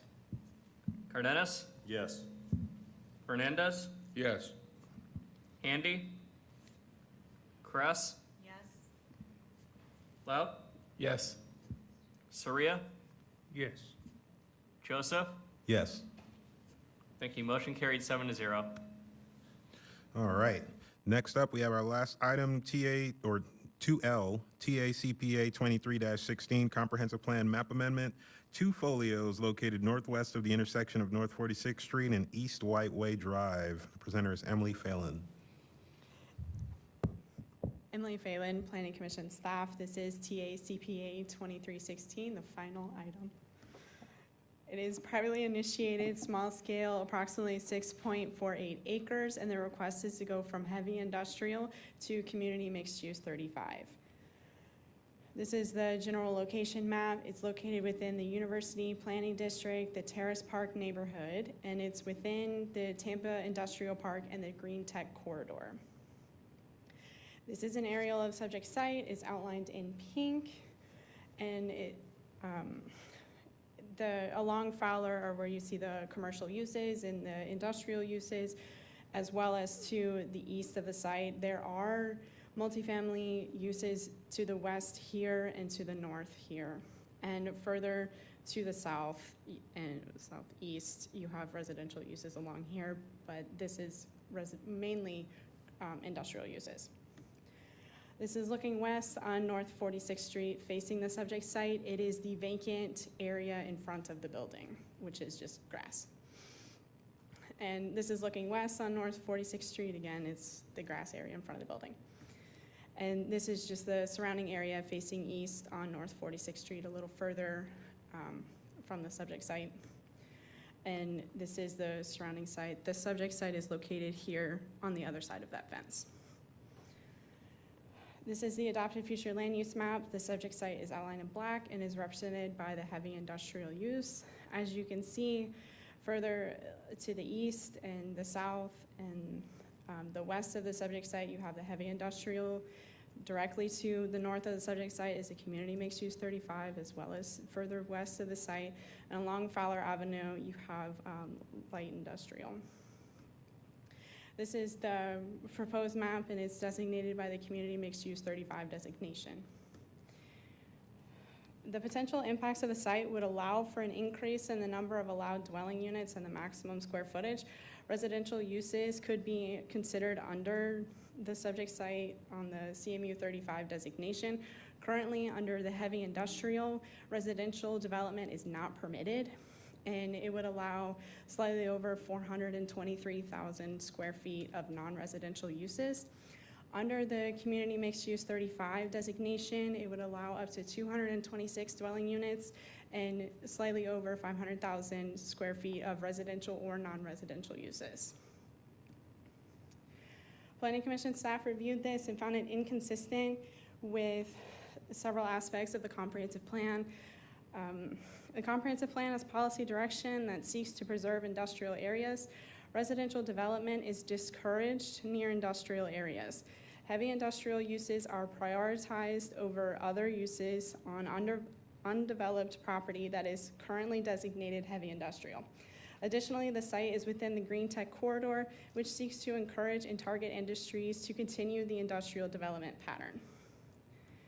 With those in mind, Planning Commission staff recommends that the proposed map amendment be found inconsistent with the goals, objectives, and policies of the Tampa Comprehensive Plan. And this concludes my presentation. If you have any questions. All right. Was there an applicant? Yes.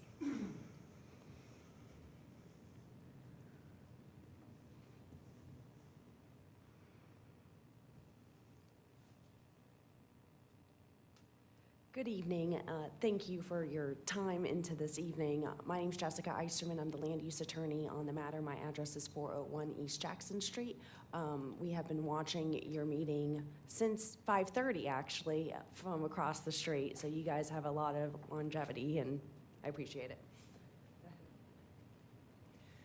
Good evening, Commissioners. My name is Tina Ekblad. I'm the Director of Planning with Stearns Weaver Miller, 401 East Jackson Street. Tonight, I'm presenting the future land use map request for property located along South Fowler Avenue. It is 2 parcels, approximately 6.4 acres. The property, for a little bit of background and context, is within the Tampa Industrial Park and was platted, which was recorded in 1958. The purpose of that plat was to address the existing industrial spurs to the railroad, and that resulted in heavy industrial and light industrial development in the area and that land use that we have today. You can see from the historical aerials in the southwest corner, starting in 1950, is the Hillsborough Army Airfield. And our property in the 1965 aerial is bounded in red along that eastern property boundary. You can see that the existing warehouse was constructed and some of the adjacent industrial development occurring south. As we move through time, the area of the Tampa Industrial Park starts to develop. We can see the industrial uses that we're familiar with today, but you'll note that the property before you tonight continues to remain vacant. And even into 2010 and today, the property is vacant. At some point in time, it was split from that warehouse building along the west. There is some supporting infrastructure in terms of industrial access and parking on our property. And what that does is reduce the developable footprint to 5.5 acres. When you take into account the narrow depth of the parcel and the heavy industrial land use with 5.5 developable acres, you significantly limit the industrial opportunities for the site. As a result of that, we are coming before you tonight with the map amendment to CMU 35.